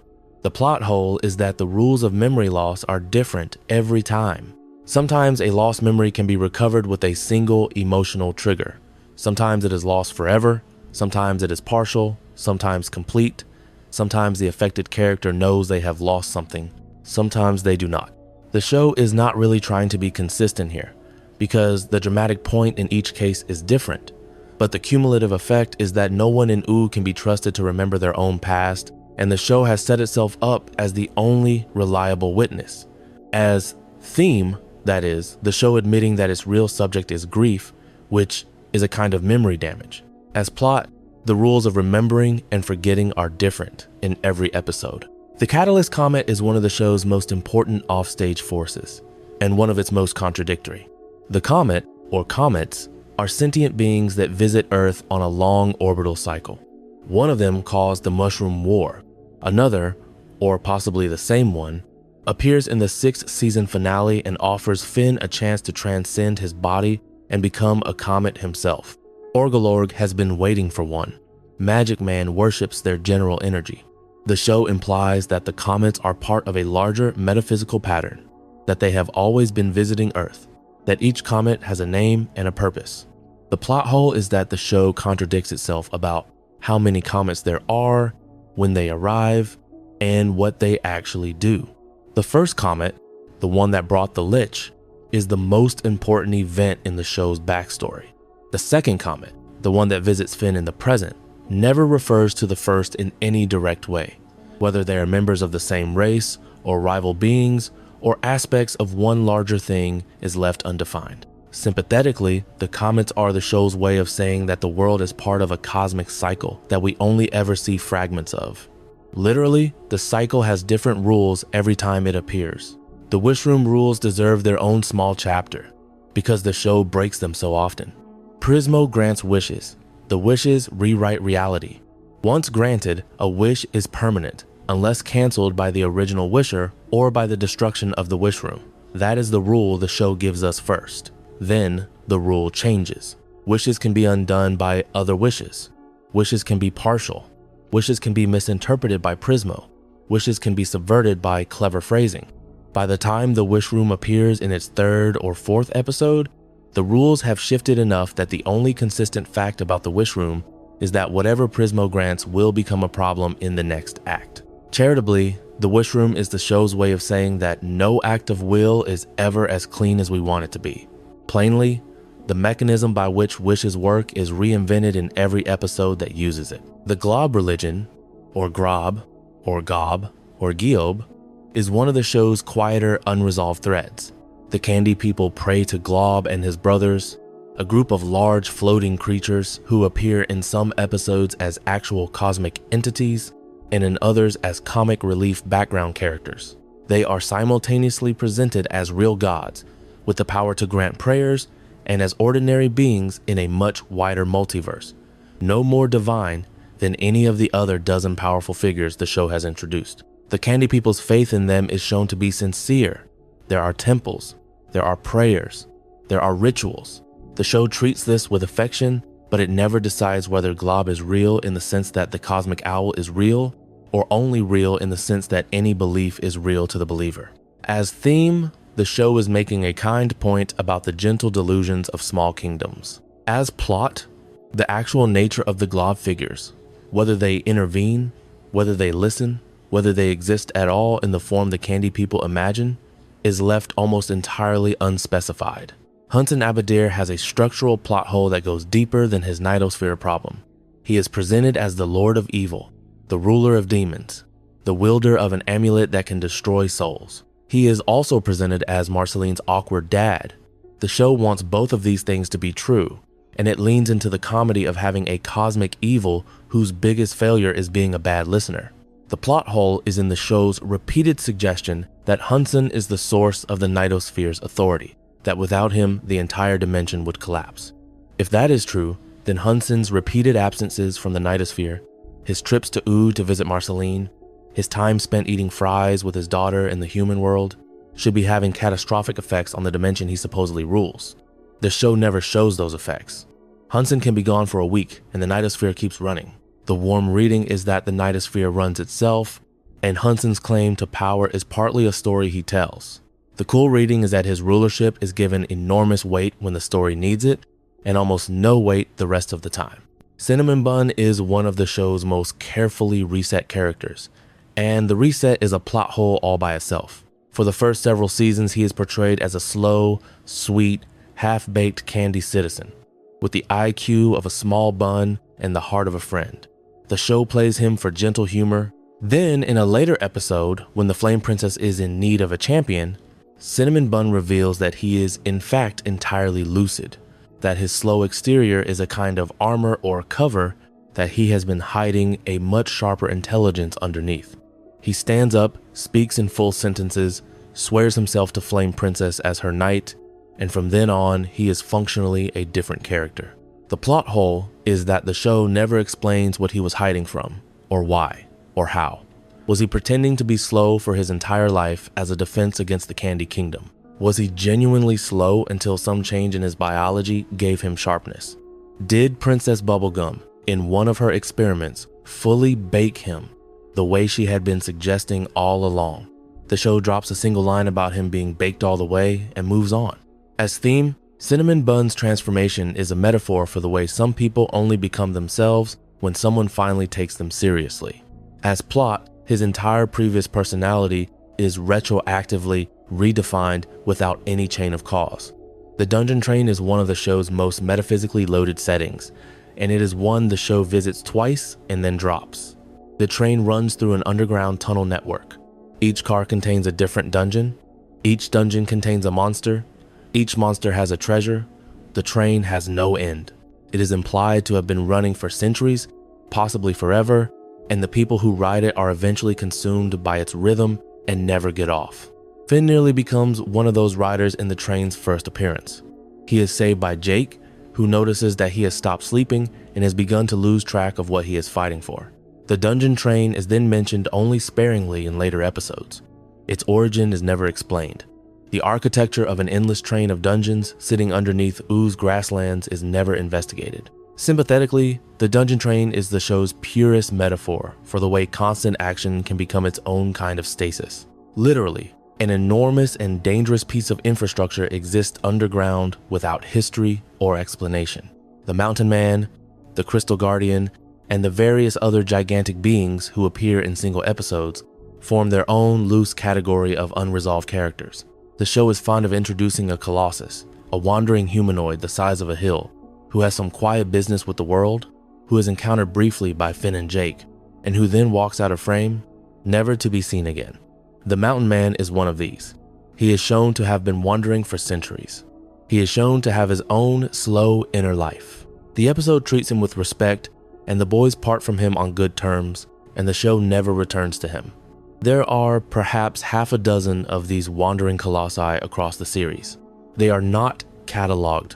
They are not described as a category. They simply walk through. Charitably, the show is acknowledging that the world is much larger than its main characters, and that there are beings whose lives have nothing to do with Finn at all. Plainly, an entire population of giant solitary wanderers is implied and never followed up.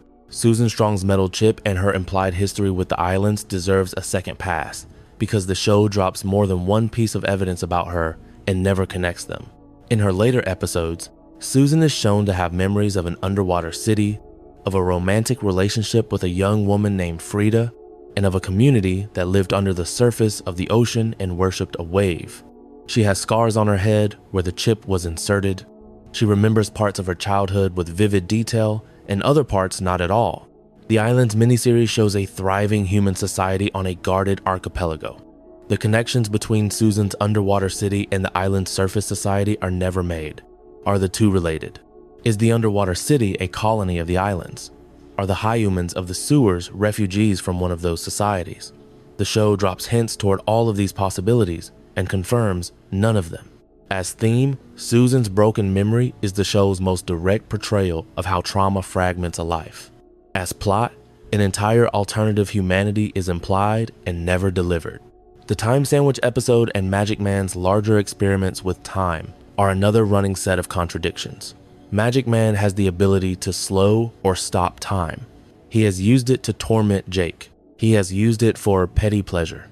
In the right circumstances, Marceline can experience the inside of a frozen second.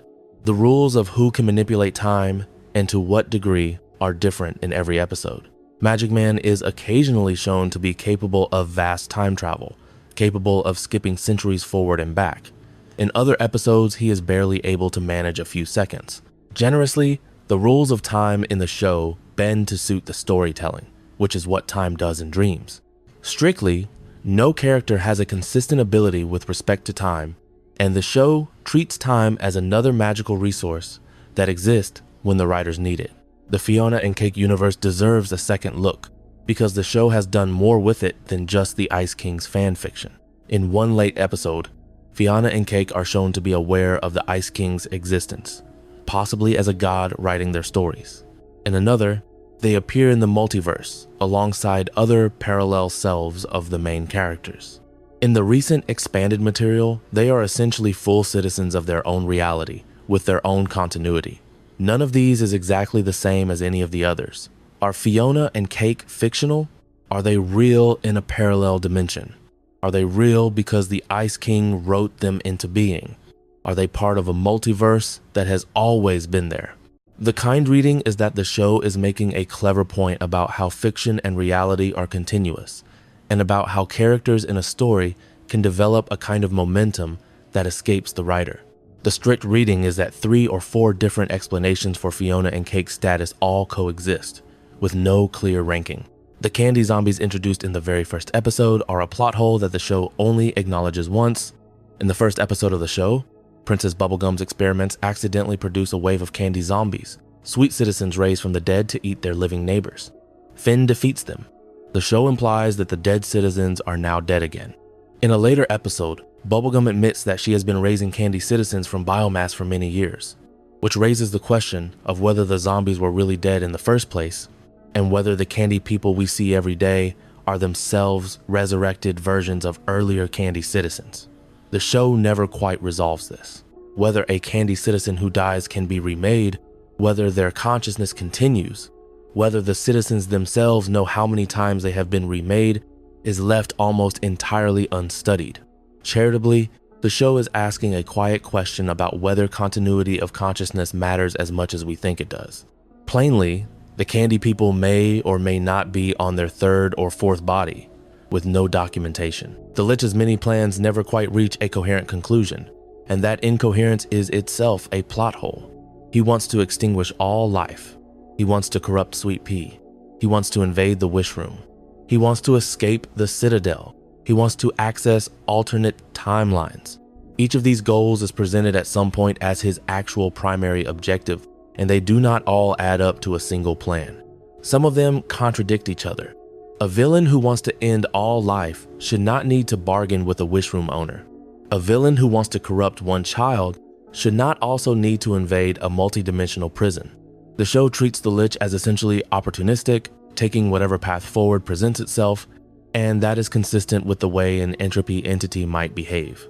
But the show also wants the Lich to have a coherent strategy, and the strategy is different in every arc. As theme, the Lich's incoherence is part of his horror. He is not a person with a plan, he is a process with an appetite. As plot, his strategy is different every time we meet him, and the writers tend to pick whichever version makes the current arc tense. The way Adventure Time handles its own ending across multiple finales is one of the largest meta plot holes in the show. The main series ends with "Come Along With Me," which is presented at the time as the final word, the end of the story. Finn is alive. Jake is alive. Bonnie and Marceline are together. The world has been saved from GOLB. Then Distant Lands arrives, and we learn that Finn and Jake both die at some point afterward, that the kingdoms of Ooo continue without them, that the multiverse keeps generating stories. Then the spin-off material continues, expanding the multiverse further. The original finale was the end. The current state of the franchise is something else. Each new ending tries to honor the previous one. Each new ending also slightly rewrites it. Sympathetically, the show is acknowledging that no ending is really an ending, that stories live on as long as someone wants to keep telling them. Literally, the finale of the main series and the finales of its successors are not entirely the same story, and the show's relationship to its own conclusion has become a moving target. Simon's apparent youth when his sanity briefly returns is a quiet but real continuity gap. When the crown is removed from him in certain episodes, Simon looks like the man he was before the war, perhaps in his 30s, his hair still dark, his face unlined. The crown is supposed to have preserved him from the apocalypse, but it has not preserved him in a fully consistent way. He has been alive for many centuries. He has been awake for at least some of those centuries and aware. By any biology that the show otherwise acknowledges, he should be ancient even with magical preservation. He is not. He emerges from the crown looking almost exactly like the man in his pre-war flashbacks, and the show treats this as a kind of mercy rather than a contradiction. As theme, the crown has frozen Simon's body at the moment of his loss, which is the moment he was last himself, and the magic has done what grief does, holding him in the year he stopped living. As plot, his biology has been suspended in a way the show never quite explains. The Lich's ability to possess and corrupt living beings is another set of rules that drift across episodes. He possesses Princess Bubblegum in one of the early Lich episodes, taking over her body and using her mouth to speak. He possesses other characters at other times, sometimes briefly, sometimes for arcs. The conditions under which the Lich can possess someone are never quite consistent. He needs direct exposure to one of his fluids in one episode, and only proximity in another, and only a wish in a third. He is rejected by a strong will in one story and overwhelms a stronger will in the next. He requires a vessel that has been broken in some way in one telling and a vessel that has not been broken at all in another. Charitably, the show is being honest about the way despair finds its way into different people through different doors. Plainly, the actual mechanism of possession is reinvented every time it is needed. Magic Betty's wormhole and her many time travels are some of the show's most ambitious set pieces and some of its biggest plot holes. Betty crosses time at least 3 times across the series. She is brought forward from before the war by the Ice King. She returns to her own time in an attempt to fix Simon. She crosses again in the GOLB arc. Each of these journeys is supposed to be magically expensive, and yet she manages them with relative ease. The implications for the rest of the show are large. If Betty can move freely through time, then the existence of any timeline at all is provisional. If anyone with sufficient magical knowledge can rewrite the past, then the Mushroom War and every subsequent event is up for revision. The show wants Betty's time travel to feel rare and costly, and it also wants her to be able to do it whenever a story requires it. Sympathetically, her magic is a manifestation of how grief warps time, and the inconsistency is the inconsistency of mourning. Literally, the same ability is portrayed as easy when the story needs movement and impossible when the story needs limits. The way Adventure Time treats pre-war technology is another whole cluster of plot holes. The wreckage in the grasslands sometimes contains working computers, old recordings can be played back centuries later, cell phones occasionally still work, old robots still walk. Other times, the same kind of equipment is fully dead, and the candy people use steam and gears for their machines. The implication is that some pre-war technology has lasted and some has not, but the show never gives you a rule for which is which. The Treehouse, which contains a number of pre-war devices, is shown to have a fully functional system underneath that the boys never bothered to use. Princess Bubblegum, who clearly has access to advanced electronics, sometimes invents things that look ancient and sometimes builds things that look futuristic. With no clear pattern, the warm reading is that the show is making a point about how civilizations decay unevenly, with patches of high technology surviving alongside primitive tools. The cool reading is that the surviving level of technology is whatever the joke or the drama needs. The Banana Man and the various other lone human survivors in the show are a tiny but real category of unresolved characters. The Banana Man is exactly what he sounds like, a man who appears to be made of banana, who lives alone in the woods, who has a complicated relationship with bananas. He appears in one episode and is mostly forgotten. The implication that there are other survivors of the human world living in pockets across Ooo, neither Hyomen, nor Candy, nor Wizard, nor Demon, just people, is raised quietly and never followed. Other characters like Banana Man appear in single episodes and are dropped. As theme, the show is acknowledging that the post-war world is full of small, private survivors who never joined the larger story. As plot, a category of person is implied and never developed.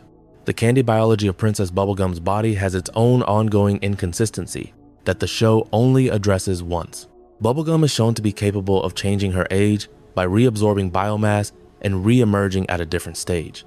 She is briefly turned into a teenager in one episode and an elderly version of herself in another.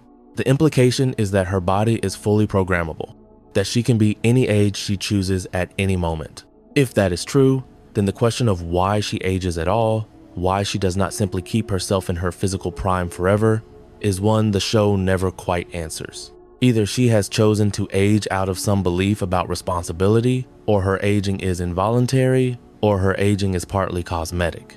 The show implies all three at different times. Charitably, Bubblegum is making moral choices about her own body in a way that the show treats as deeply private, and the inconsistencies are the privacy of an immortal who does not feel like explaining herself. Plainly, the rules of her biological control are different in every episode. The cosmic gauntlet of Billy and various other named relics are another category of objects the show introduces with great weight and then largely forgets. The cosmic gauntlet was made for Billy, the hero who once fought the Lich. It is supposed to be one of the most powerful weapons in the multiverse. Finn briefly possesses it after Billy's death and uses it in a single episode. Then it disappears from the story. Other relics, the Demon Sword, the Enchiridion, the Nightosphere Amulet, all follow similar trajectories. They are introduced as world-changing artifacts. They appear in 1 or 2 arcs. They are quietly absent from most of the rest of the show. Generously, the show is making the point that no weapon ever solves the problem it was made for, and so the heroes set them down and walk forward. Strictly, an arsenal of named relics is built up across the series, and most of them are never used after their introductory arcs. The way the show resolves the question of Finn's biological mother in the Islands miniseries is one of its more emotionally complex plot holes. Minerva is dead. She has uploaded her consciousness into the medical androids of the islands. The androids contain her, but they are also networked, and the network is what allows her to address every person in the colony at once. When Finn meets her, she begs him to stay. He refuses. He destroys parts of the network in order to free the islands from her control, and then he leaves. The plot hole is that the show treats this as a satisfying ending. The islands have been freed from a benevolent dictator, and Minerva remains in the system in some attenuated form, while Finn departs. The show does not really engage with what it means to leave your mother behind in a building that is partly her. It does not ask whether Minerva is alive in any meaningful sense after the network is disrupted. As theme, Finn is doing what any child eventually has to do, walking out of his mother's house and not turning around. As plot, The consequences of his decision for Minerva and for the islands are left almost entirely unexplored. The whole question of how Finn handles love and how love affects his body across the series is its own small but real plot hole. The show repeatedly treats Finn's heartbreaks as physically transformative. When his relationship with Flame Princess collapses, he begins to grow strange things in his dreams. When his relationship with Huntress Wizard takes a difficult turn, his body again responds. He loses his arm during the Citadel arc, partly because of the emotional impact of meeting his father. The show implies, in many of these moments, that Finn's body is reading his heart, and that he is essentially being reshaped by what he feels. The rules of how this works are never given. Is this a property of all humans in Ooo, or just of Finn? Is it part of his island's lineage? Is it because of the grass sword, which has been on his arm for years before any of this begins? Charitably, the show is making a point about how adolescence really is a physical event as much as an emotional one. Plainly, his body's reactivity to his heart is one of his most consistent traits and is never given a mechanism. The final reveal of the original main series, the Beth and Shermie frame that opens and closes Come Along With Me, is a plot hole that the show makes you accept as the price of its ending.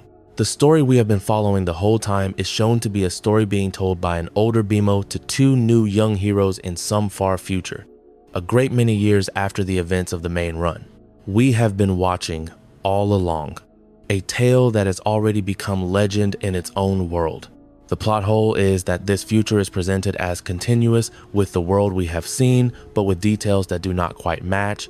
The kingdoms have changed, the geography is different, the technology has shifted. The Mushroom War, which was the foundational disaster of the show, seems to have receded into a far more distant past. We are not told how Finn and Jake's adventures led to this particular future, and we are not given any specifics about what happens in the long gap between the end of the main story and Shermie's childhood. Sympathetically, the closing frame is making the show's central point about how stories outlast their characters, and how every adventure becomes someone else's bedtime story. Literally, the bridge between the world we know and the world Shermie and Beth live in is essentially a blank. The Earl of Lemongrab's biology raises a smaller but real continuity problem. He is described in the show as fundamentally stable for years. Then he begins to come apart at the seams in a long arc that sees him fuse with a copy of himself and then split again. The fused Lemongrab is presented as physically vast, far larger than two adult Lemongrabs put together would suggest. The split that follows leaves the original mostly intact and the copy mostly intact, with no clear loss of mass. He can also, in the show's own footage, swallow other lemon people whole, who go on living inside him for a while, and then be released without obvious damage. The rules of his biology are essentially the rules of a children's cartoon, where matter and mass are flexible. The show treats this with a serious face, as if Lemongrab's anatomy were a genuine concern, and the seriousness exposes the contradiction. As theme, the show is using his transformations to make a point about how a personality can swallow others and then disgorge them. As plot, his biology obeys cartoon physics 1 minute and serious physics the next. The Forgotten Kingdoms of Ooo are an entire category of plot hole on their own. The Slime Kingdom is mentioned, the Hot Dog Kingdom is mentioned, the Breakfast Kingdom is mentioned, the Engagement Ring Kingdom is mentioned. Each of these has a ruler and presumably a citizenry. None of these is ever depicted with the kind of detail the Candy Kingdom is given.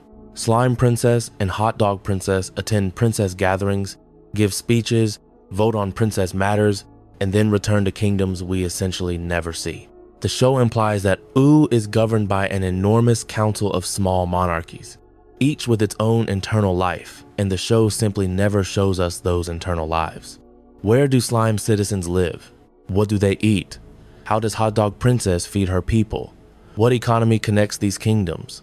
The kind reading is that the show is making a quiet joke about how a fairy tale world only really shows you one kingdom and treats the others as set decoration. The strict reading is that an enormous political web is implied and rarely investigated. The Bandit Princess and her brief romance with Jake's son are a tiny plot hole that points at the show's tendency to drop subplots. The Bandit Princess is shown to be a trickster, a romantic foil for Jake's son, a character with potential to be either a recurring villain or a recurring friend. The episode ends with her loose and Jake's son thoughtful. She is essentially absent for the rest of the show.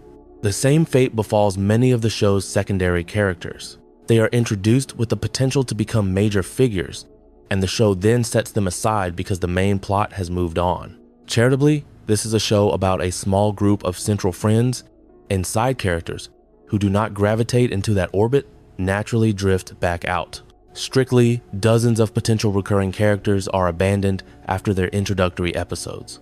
The way the show treats the mushroom bomb itself, the specific weapon that ended the human world, is one of its more carefully cultivated mysteries, and the mystery is itself a plot hole. The bomb is shown in a flashback. It is shaped roughly like a mushroom cloud. It has a face. It is sentient in some implied way. Some episodes treat it as an ordinary nuclear weapon with a metaphor attached. Other episodes treat it as a literal living being, possibly the Lich, possibly something else. The bomb is never fully identified. The show prefers to leave it as a presence in flashbacks rather than as an object whose history can be told. Generously, the bomb is the show's way of saying that the actual mechanism of the apocalypse matters less than the fact of it, and that anyone who tries to tell you what the bomb was is missing the point. Strictly, the central weapon of the show's foundational disaster is left intentionally undefined. Marceline's relationship with Hambo through the long centuries deserves a second sit, because the small object grows more improbable the more you think about it. She is presumed to have carried Hambo for nearly 1,000 years. She lost him only when Ash sold him. The show treats this as her great anchor to her own past. The plot hole is that Marceline, who is 1,000 years old, has presumably lived in many places, owned many things, lost many possessions, and yet a single stuffed bear has survived not just intact, but recognizable across the centuries. Where she kept him, how he survived the various dwellings and disasters that have come and gone in her life, why she never had to replace him. The show simply presents him as eternal, the way Marceline herself is eternal, and that is a kind of poetry. As theme, Hambo's survival is meant to suggest that some objects become essentially indestructible by virtue of being loved. As plot, a stuffed toy has somehow remained intact through a millennium of upheaval with no maintenance the show ever shows us. The crystal nymphs are another quiet group of beings whose role in the show is never quite explained. They appear in the crystal dimension, where Magic Man once lived. They are shown to be beautiful, fragile, semi-sentient, with their own language and their own quiet customs. They are shattered in the flashback that explains Magic Man's grief in some kind of disaster he could not prevent. Their relationship to Magic Man's wife Margles, to the crystal dimension as a whole, to the wider multiverse, is never fully spelled out. The show drops a handful of images of them and lets you assemble the meaning yourself. Sympathetically, the crystal nymphs are a stand-in for any group of innocents lost in a catastrophe a survivor could not stop. Literally, a culture is introduced through fragments and never given a coherent identity. King Worm is one of the show's most beloved one-off antagonists, and one of its most carefully unexplained. He is a parasitic dream entity, a worm-shaped being who burrows into the sleeping minds of his victims and creates a dream they cannot wake from. He appears in a single early episode, in which he traps Finn and Jake in an increasingly disturbing dreamscape. He is defeated by the realization that they are dreaming. He is not seen again in any major way. Where King Worm came from, why he targets specific dreamers, whether other worms like him exist, is left entirely blank. As far as fans have pieced together, King Worm might be a distant cousin to Magic Man, or to the demons of the Nightosphere, or to GOLB, but none of these connections are confirmed in the show. Charitably, King Worm is the show's purest single-episode horror, an evil that comes from the dreamer rather than from the world. Plainly, a creature with extraordinary psychic powers appears once and is never integrated into the wider mythology. The Mushroom War's aftermath includes one detail the show keeps coming back to, which is the proliferation of half-mutated animals. The grasslands are full of strange, small creatures that seem to be descended from pre-war animals, mutated by the radiation or by the magic released by the bomb. The show shows us hundreds of these sentient bears, lake monsters, strange cube-shaped birds. Each of them is treated as an ordinary part of the landscape. The plot hole is the question of why these mutations stabilized into reproducing populations within a few centuries. and why those populations are so consistent in their oddity. By any reasonable ecology, the post-war world should be either still mutating or settling back into something recognizable. Oo's wildlife is neither. It is a static menagerie of strange shapes, each of which seems to have been the way it is for as long as anyone can remember. As theme, the show is treating the post-war ecology as a baseline, the new normal in the way real ecologies eventually become normal to the people living in them. As plot, the actual biology that produced these populations is left almost entirely to the viewer. Princess Bubblegum's gender expression and her quiet rejections of marriage are something the show handles with care, and the care creates a small but real continuity gap. She is courted at various times by suitors of different shapes and species. She mostly turns them away. She is, the show eventually establishes, in love with Marceline, and they are reunited in the finale. The plot hole is in the show's much earlier treatment of her romantic life. In the early seasons, she is presented as having a kind of low-key romantic interest in Finn that fades as he grows older. She has a casual flirtation with at least one other character. The implication that she has been in love with Marceline for centuries is in tension with these earlier moments. The show eventually resolves it by suggesting that Bubblegum and Marceline had a difficult breakup long before the events of the main series, and that the earlier relationships were the slow recovery from that. The reconciliation is moving. The timeline is murky. The kind reading is that the show is making a point about how love that was buried can resurface only when the rest of the heart is ready. The strict reading is that the specifics of when Bubblegum was in love with whom are never quite settled. The way time itself moves across the show is its own grand plot hole. Finn is a young child in the early seasons, perhaps 12 or so. By the time the show ends, he is in his late teens. Several years have passed in the show's timeline. In that same period, Jake's children have grown from puppies to adults with their own families. Sweet Pea has been born and grown into a toddler. Lemongrab has lived and died and lived again. The rate at which time passes is essentially different for every character, and the show synchronizes them only loosely. Charitably, the show is making the point that childhood feels long and adulthood feels short, and that the people we love grow up at different speeds. Plainly, the years between the first episode and the last cannot be measured consistently because each storyline runs on its own clock. The BMO Distant Land special is the moment where BMO's origin diverges most sharply from itself. In that special, BMO is shown wandering through the wreckage of Adrift, an ancient space station full of derelict robots, having traveled there from the surface of Earth on a long, slow loop through the void. BMO is alone. BMO has been alone for a very long time, by their own account. This special then runs back to the main timeline by having BMO eventually meet a young Princess Bubblegum and a young Mother Gum, helping them in the formation of the Candy Kingdom. The plot hole is that BMO has been previously established as having been built by Mo in a workshop as a companion for a son he never had. The new timeline does not entirely fit with that origin. The show implies that BMO is both. That BMO was a wanderer in deep space who eventually came to Earth and was reassembled by Mo, but the math is loose. Generously, BMO is an ancient consciousness wearing different bodies across very long stretches of time, and Mo's role was simply to give them their current shape. Strictly, the BMO of the main series and the BMO of the Distant Land special have two different origins, and the show prefers to lay them on top of each other rather than choose. The Obsidian Distant Land special creates its own quiet contradictions in Marceline's history.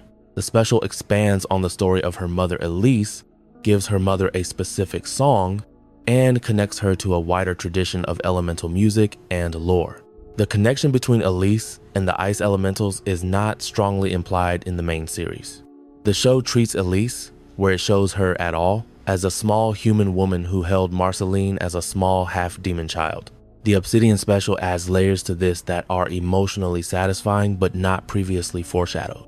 Marceline has, the special shows, been keeping certain memories in a secret part of herself, and those memories now have to be reconciled with the version of her life we already thought we knew. As theme, the special is filling in a story that was always there, just below the level of the main series awareness. As plot, the show is adding new material to Marceline's backstory that does not quite line up with what the main series suggested about her mother and her childhood. The Wizard City Distant Land special introduces a new character with the essence of a lich inside him, a small student who carries the same kind of contradiction Sweet Pea carries. The plot hole is that the show has previously presented Sweet Pea as a unique transformation, the one and only time the Lich's essence was turned into something else. The Wizard City special complicates that. Either there are multiple Lich aspects floating around the multiverse, or the transformation we saw with Sweet Pea was less unique than the show implied, or there is a chain of cause we have not been shown. The new character is also presented as having existed in Wizard City for some time before the special. We see him as a small student, struggling with his own dark dreams. The transformation that produced him is not explained, and it does not match the way Sweet Pea was produced. Charitably, the show is making a point about how darkness can be reformed in many small bodies, and any individual transformation is just one example. Plainly, the rules of how a Lich can be remade as a small, sweet creature are different in each case, and the chain of provenance is unclear. The Together Again Distant Land special adds emotional resonance to the story of Finn and Jake, and a number of small contradictions to the show's metaphysics. The afterlife it shows is bureaucratic and surprisingly populated. We meet Jake's father Joshua there, we meet other characters who had died years before. The show does not entirely explain why these characters are present in this particular afterlife layer and not in others. The cosmic owl appears, death appears. The system is glimpsed. We are told that souls can transcend or descend through various levels of the afterlife, with each level a slightly different kind of existence. Finn and Jake travel through several of them in a single special. The plot hole is that this entire structure has not been particularly visible in the main series. The show has shown us Death's underworld in the main run, and that underworld was mostly a barren and lonely place. The Together Again afterlife is much more populated and much more organized. The two depictions can be reconciled if you assume the underworld of the main series was only one of the levels, but the show does not actually say this. Sympathetically, the special is adding texture to a metaphysics that was always thin, and the inconsistency is the cost of giving the audience a satisfying farewell. Literally, the afterlife is presented in two different forms across the same continuity, and the show does not bridge them. The way the main series handles its antagonist returns is its own ongoing plot hole. The Lich returns and returns and returns. Magic Man returns. Patient Street Pim returns. Ash returns. The vampires return. Even some of the smaller villains, like the Wild Wolves and the Manish Man, come back at unexpected moments. The show implies, repeatedly, that defeat is never final, and that anyone Finn has fought before can come back if the story needs them. The plot hole is that the rules of return are different in every case. Some villains return because their bodies were never destroyed. Some return because their essence was preserved in another form. Some return because a hidden ally has restored them. Some return for no reason that the show ever specifies.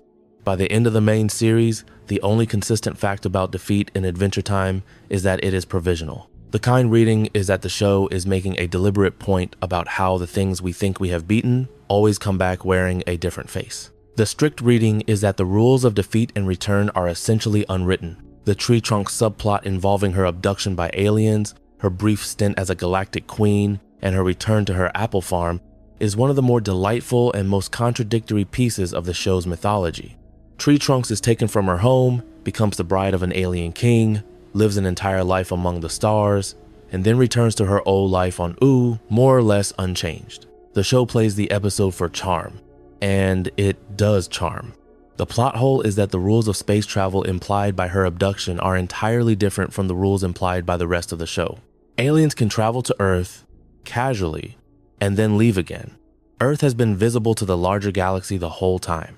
None of this matches the show's general sense that Ooo is essentially a closed world. Charitably, the show is just having fun with the genre of the unexpected space queen, and the inconsistency is the price of the joke. Plainly, the existence of casual interstellar contact is suddenly true for one episode and largely false for every other. The Y Wolves, the wolves who attack you because of your guilt, are another tiny but real continuity issue. They appear in an early episode and feed on the moral failures of their prey. They are presented as a kind of supernatural test for the conscience. They are then mostly absent, The implication that there's an entire predator species in Ooo that hunts on a moral axis is fascinating, and the show drops it after a single episode. There is presumably a population of them somewhere. There is presumably a place where they hunt, and a way they reproduce, and a kind of prey they specialize in. The show shows you the predator, and then moves on. As theme, the Y-Wolves are the show's way of suggesting that even the wildlife of Ooo carries the trace of the human moral world the war ended. As plot, an entire moral ecology is hinted at and then left untouched. The way the show handles Finn's growing up is itself a quiet plot hole.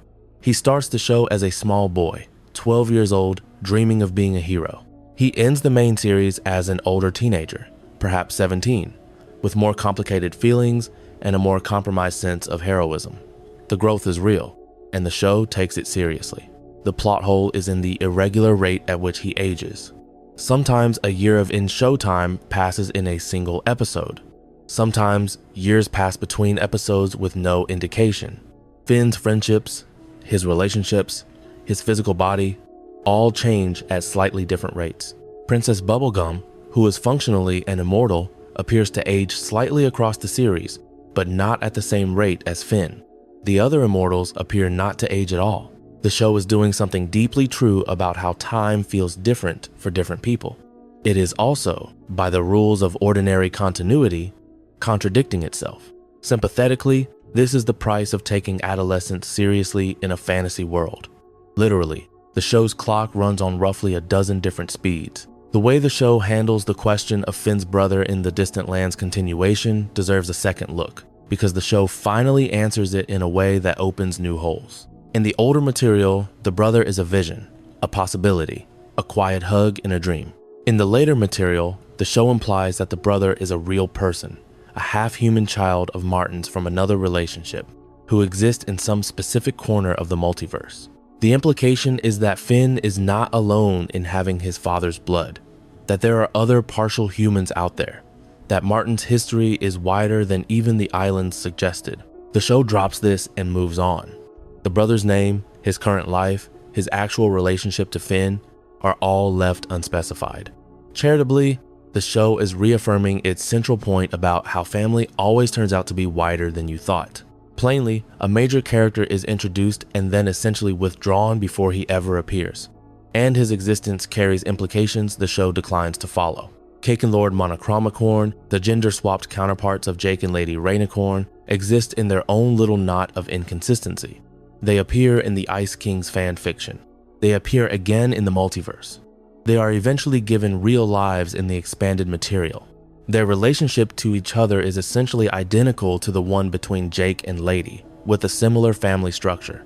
The plot hole is that this would imply that Lord Monochromicorn and Cake have had the same set of biological events that Lady and Jake have, in a dimension that should have an entirely different history. If Fionna and Cake are real, in any meaningful sense, then their world has its own Mushroom War, its own Mother Gum, its own Ice King, its own Magic Man, and the show provides almost no detail on any of these. Either their world is a near copy of Ooo with the genders flipped, or it is a wholly different world that simply happens to produce similar character archetypes, and the show declines to commit to either. As theme, the multiverse runs on patterns, and the gender-swapped versions are pattern variants of the same essential story.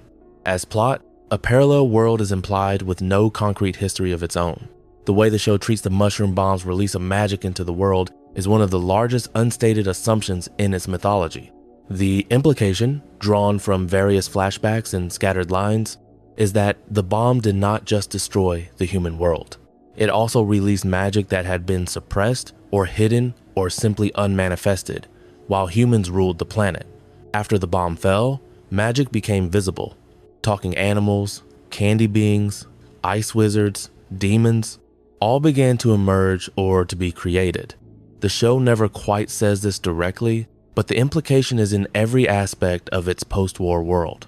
The plot hole is that this would mean magic was always present in the world we know, just suppressed by some property of the modern human civilization. The mechanism for that suppression is never described. Was the world of phones and freeways draining magic from the soil? Was modern science actively suppressing magical creatures? was magic shy of bright lights. The show implies that magic and human technology cannot coexist easily, and it never quite tells you why.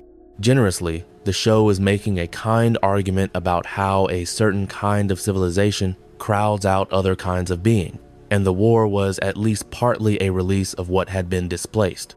Strictly, the relationship between magic and the pre-war human world is one of the show's largest assumptions, and one of its most quietly unexplained. The Candy People's apparent immortality, set against their apparent mortality, deserves one more circle, because it sits underneath so many smaller plot holes. The Candy People can die. The Candy People can be eaten. The Candy People can also be remade from biomass. They can be assigned new memories. They can have their original memories restored. They live, in essence, at the discretion of their princess. The plot hole is what this means for their moral status. Are the Candy People morally equivalent to humans, or are they more like Bubblegum's projects, beings whose lives matter to themselves but who have no enduring identity beyond what the system grants them? The show treats them as fully alive when the story is about love, and as essentially disposable when the story is about action. By the end of the main series, you cannot quite say what death means for a peppermint citizen. The kind reading is that the show is asking you to sit with the discomfort of treating engineered life as life, and to notice that the discomfort is something Bubblegum mostly does not feel. The strict reading is that the Candy People's metaphysical status changes every episode. There is, beneath all of this, the largest unsolvable plot hole, which is the question of whether Adventure Time is happening at all. The show opens with a frame, far in the future, of BMO telling Shermie and Beth a story. The story is the show. By the end of Come Along With Me, we are returned to that frame, and we understand that what we have been watching has been a kind of legend, a retelling, an oral history kept alive long after the people in it have ended. There are details in the frame story that the main narrative cannot quite be matched to. There are differences in geography and technology and population. The implication is that BMO's story is true, more or less, in the way oral histories tend to be true, and that the parts that do not match are the natural drift of memory. The plot hole, if it is fair to call it that, is that the entire main series is rendered by its own frame, slightly unreliable. We have been watching a tale told by a small machine to two children, and the machine is itself a being whose memories may have drifted across the deep time it has lived through. Charitably, the frame is the show's most loving statement about the way stories outlive their tellers and how the truth of a tale lies in what it makes you feel, rather than in the precise mechanics of who was where when. Plainly, the entire show is officially a story being told by an unreliable narrator, and every continuity question the audience has ever asked has, in a sense, already been answered by that fact. The show was always a memory, and memory was always going to drift. The Mushroom War's deepest secret, the one the show keeps approaching and stepping back from, is who actually started it. The pre-war flashbacks show panic, soldiers, governments, falling bombs, and a general atmosphere of catastrophe. They do not show, in any consistent way, which side launched first. They do not name the countries involved. They show a globe of fire, the way history books in the show after the war remember the globe of fire, and they leave the specifics deliberately unspoken. The Lich is implied to have shaped events. Foreign powers are implied to have been involved. Magic Man's people on Mars knew it was coming. None of this is enough to name a single nation, or a single leader, or a single trigger. As theme, the show is being wise about how no apocalypse has a single author, and how blaming a single party for the end of the world is itself a kind of nostalgia. As plot, the central event of the entire series is left without a definite cause by deliberate choice.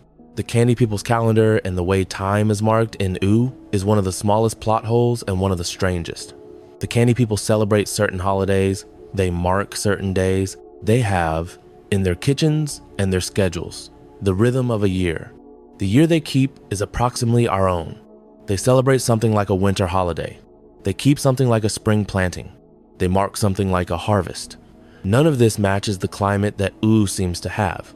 Some episodes show Ooo with seasons, others show it with continuous warmth. The Ice Kingdom is permanent winter. The Fire Kingdom is permanent fire. The Candy Kingdom has weather. None of these climates align in any way that would produce a single calendar shared by all the kingdoms. Charitably, the show is using calendars and holidays the way children use them, as a way to mark the year that does not actually have to obey the year itself. Plainly, the climatic geography of Ooo and the social calendar of its inhabitants do not match. The Mushroom War's geography and the location of pre-war landmarks is another set of inconsistencies. The show implies, in some episodes, that Ooo is a transformed version of North America, with familiar landmarks reshaped by the bomb. The Statue of Liberty appears, half buried in one frame. A city skyline can be glimpsed in another. The mountain man silhouette resembles an old face, but the geography of where these landmarks sit in the wider world does not match anything recognizable. The Candy Kingdom is somewhere in the middle of what should be a continent, and yet the rest of the continent is essentially empty of human ruins of comparable scale. The implication is that the bomb destroyed most pre-war structures and left only the most resonant of them intact, and that the surviving landmarks are arranged the way they are because the writers needed them to be arranged that way. Sympathetically, the show is using familiar landmarks as visual punctuation rather than as cartography. Literally, the actual map of pre-war America cannot be reconstructed from what the show shows you, and the show seems content to leave it that way. And so, the holes accumulate. Each one, alone, is a small thing, easy to forgive, easy to wave away as the natural drift of a series that ran for nearly a decade and was written by dozens of different hands. Together, they add up to something that feels less like a list of mistakes and more like the actual structure of how the show works. Adventure Time is a show that grew while it was being made. The early episodes were a children's adventure cartoon. The middle episodes were a melancholy fantasy epic. The late episodes were a meditation on grief, on time, on whether the people we love can ever really be saved. The plot holes are the seams between these phases, the places where the writers reached for a new tone and had to retrofit the past to support it. Some of those seams are visible, some of them are invisible. Some of them are beautiful in their way, the way the visible brushstrokes of a painting tell you that someone was thinking, was reaching, was changing their mind in real time. The show is not less for these contradictions. It is, in a strange way, more. A few more remain worth naming before we let the show go to sleep. The first is the strange continuity of the Cosmic Owl's apartment. We see his home several times across the series. It is part of Prismo's Wishroom. It is part of a small lounge where cosmic beings drink and watch television. It is implied to be a hub where various metaphysical figures meet off the clock. The owl himself has a domestic life that is shown but never explored. He has friends. He has a couch. He has favorite shows. The plot hole is that the Cosmic Owl is also supposedly the witness of every croaked dream in the multiverse, which would seem to be a full-time job, and yet he appears to have considerable downtime. Either there are many Cosmic Owls in some kind of staff structure the show never explains, or there are fewer death predictions than the show suggests, or the owl's job is not as demanding as we have been led to believe. The kind reading is that even the witness of death deserves an evening to himself.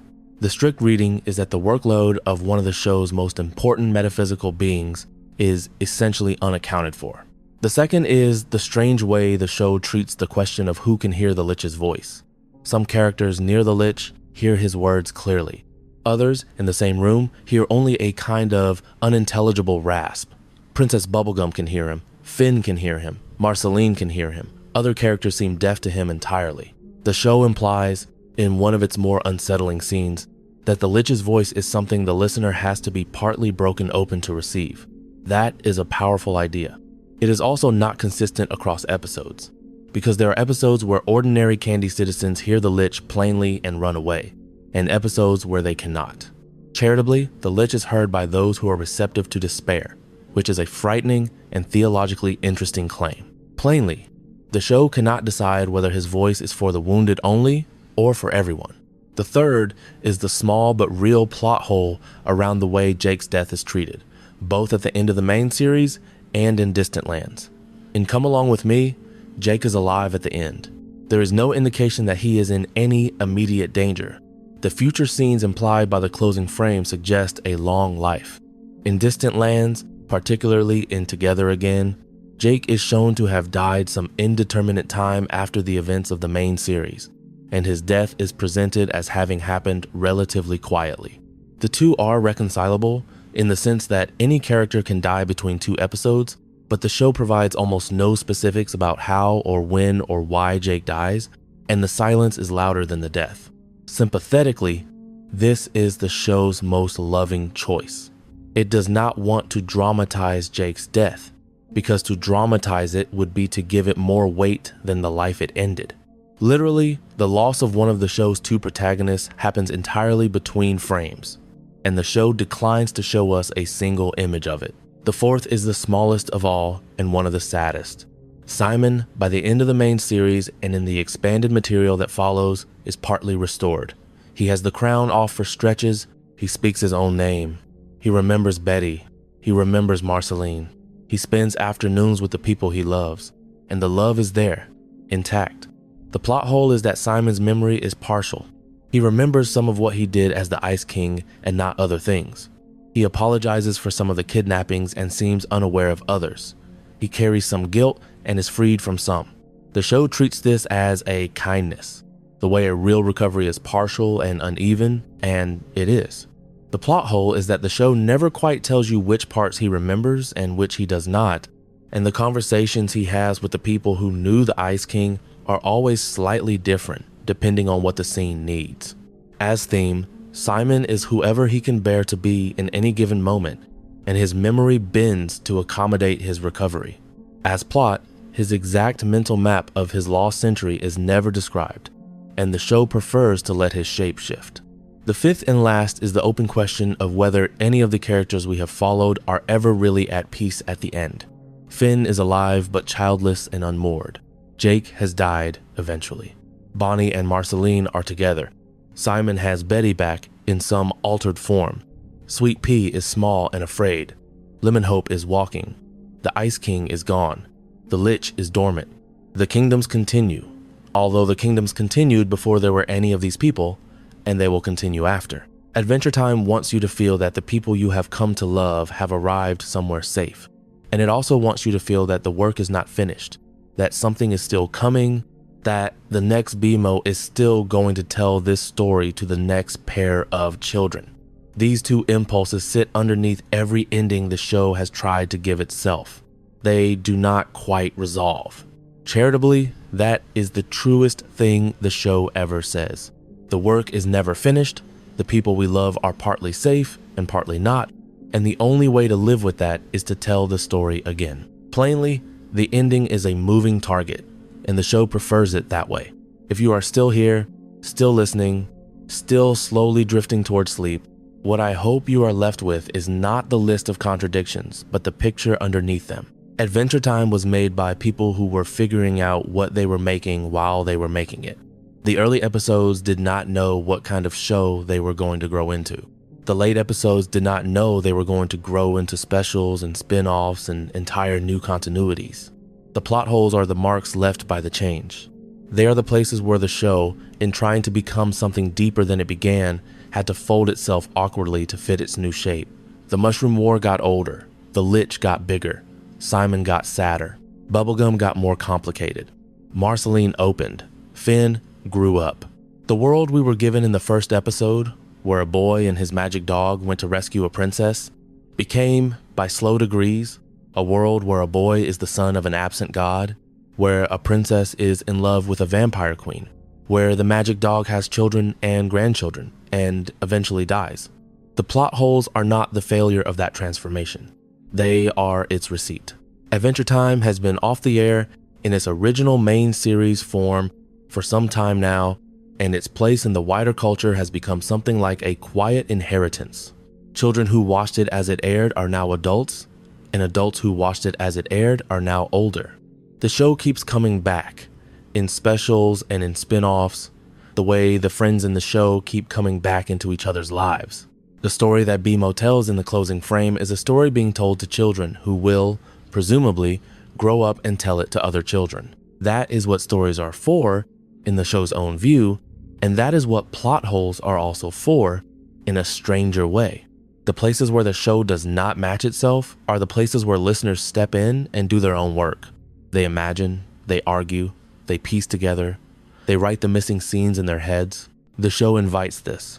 The show was, at the end, partly a story about how stories outlast the people who tell them, and how the people who tell them are always being remembered slightly wrong by the people who heard them. So if you are lying there, awake or nearly not, and you are thinking about a single image from this show, about Marceline floating in a parking lot with a small bear, or about Simon stretching out his hand to a girl he does not recognize yet loves, or about Finn and Jake on top of a hill watching the sunset over what used to be a city, I would like to suggest that the contradictions in their story are not the wrong way to remember them. They are the right way. They are how memory actually works. They are how the people we love continue to live in us after we have stopped seeing them every week. The show has not been perfectly built. It has been lovingly built. And the holes in the wall, the cracks in the floor, the windows that look out onto rooms that do not match the house are part of how the love got in and how it stays.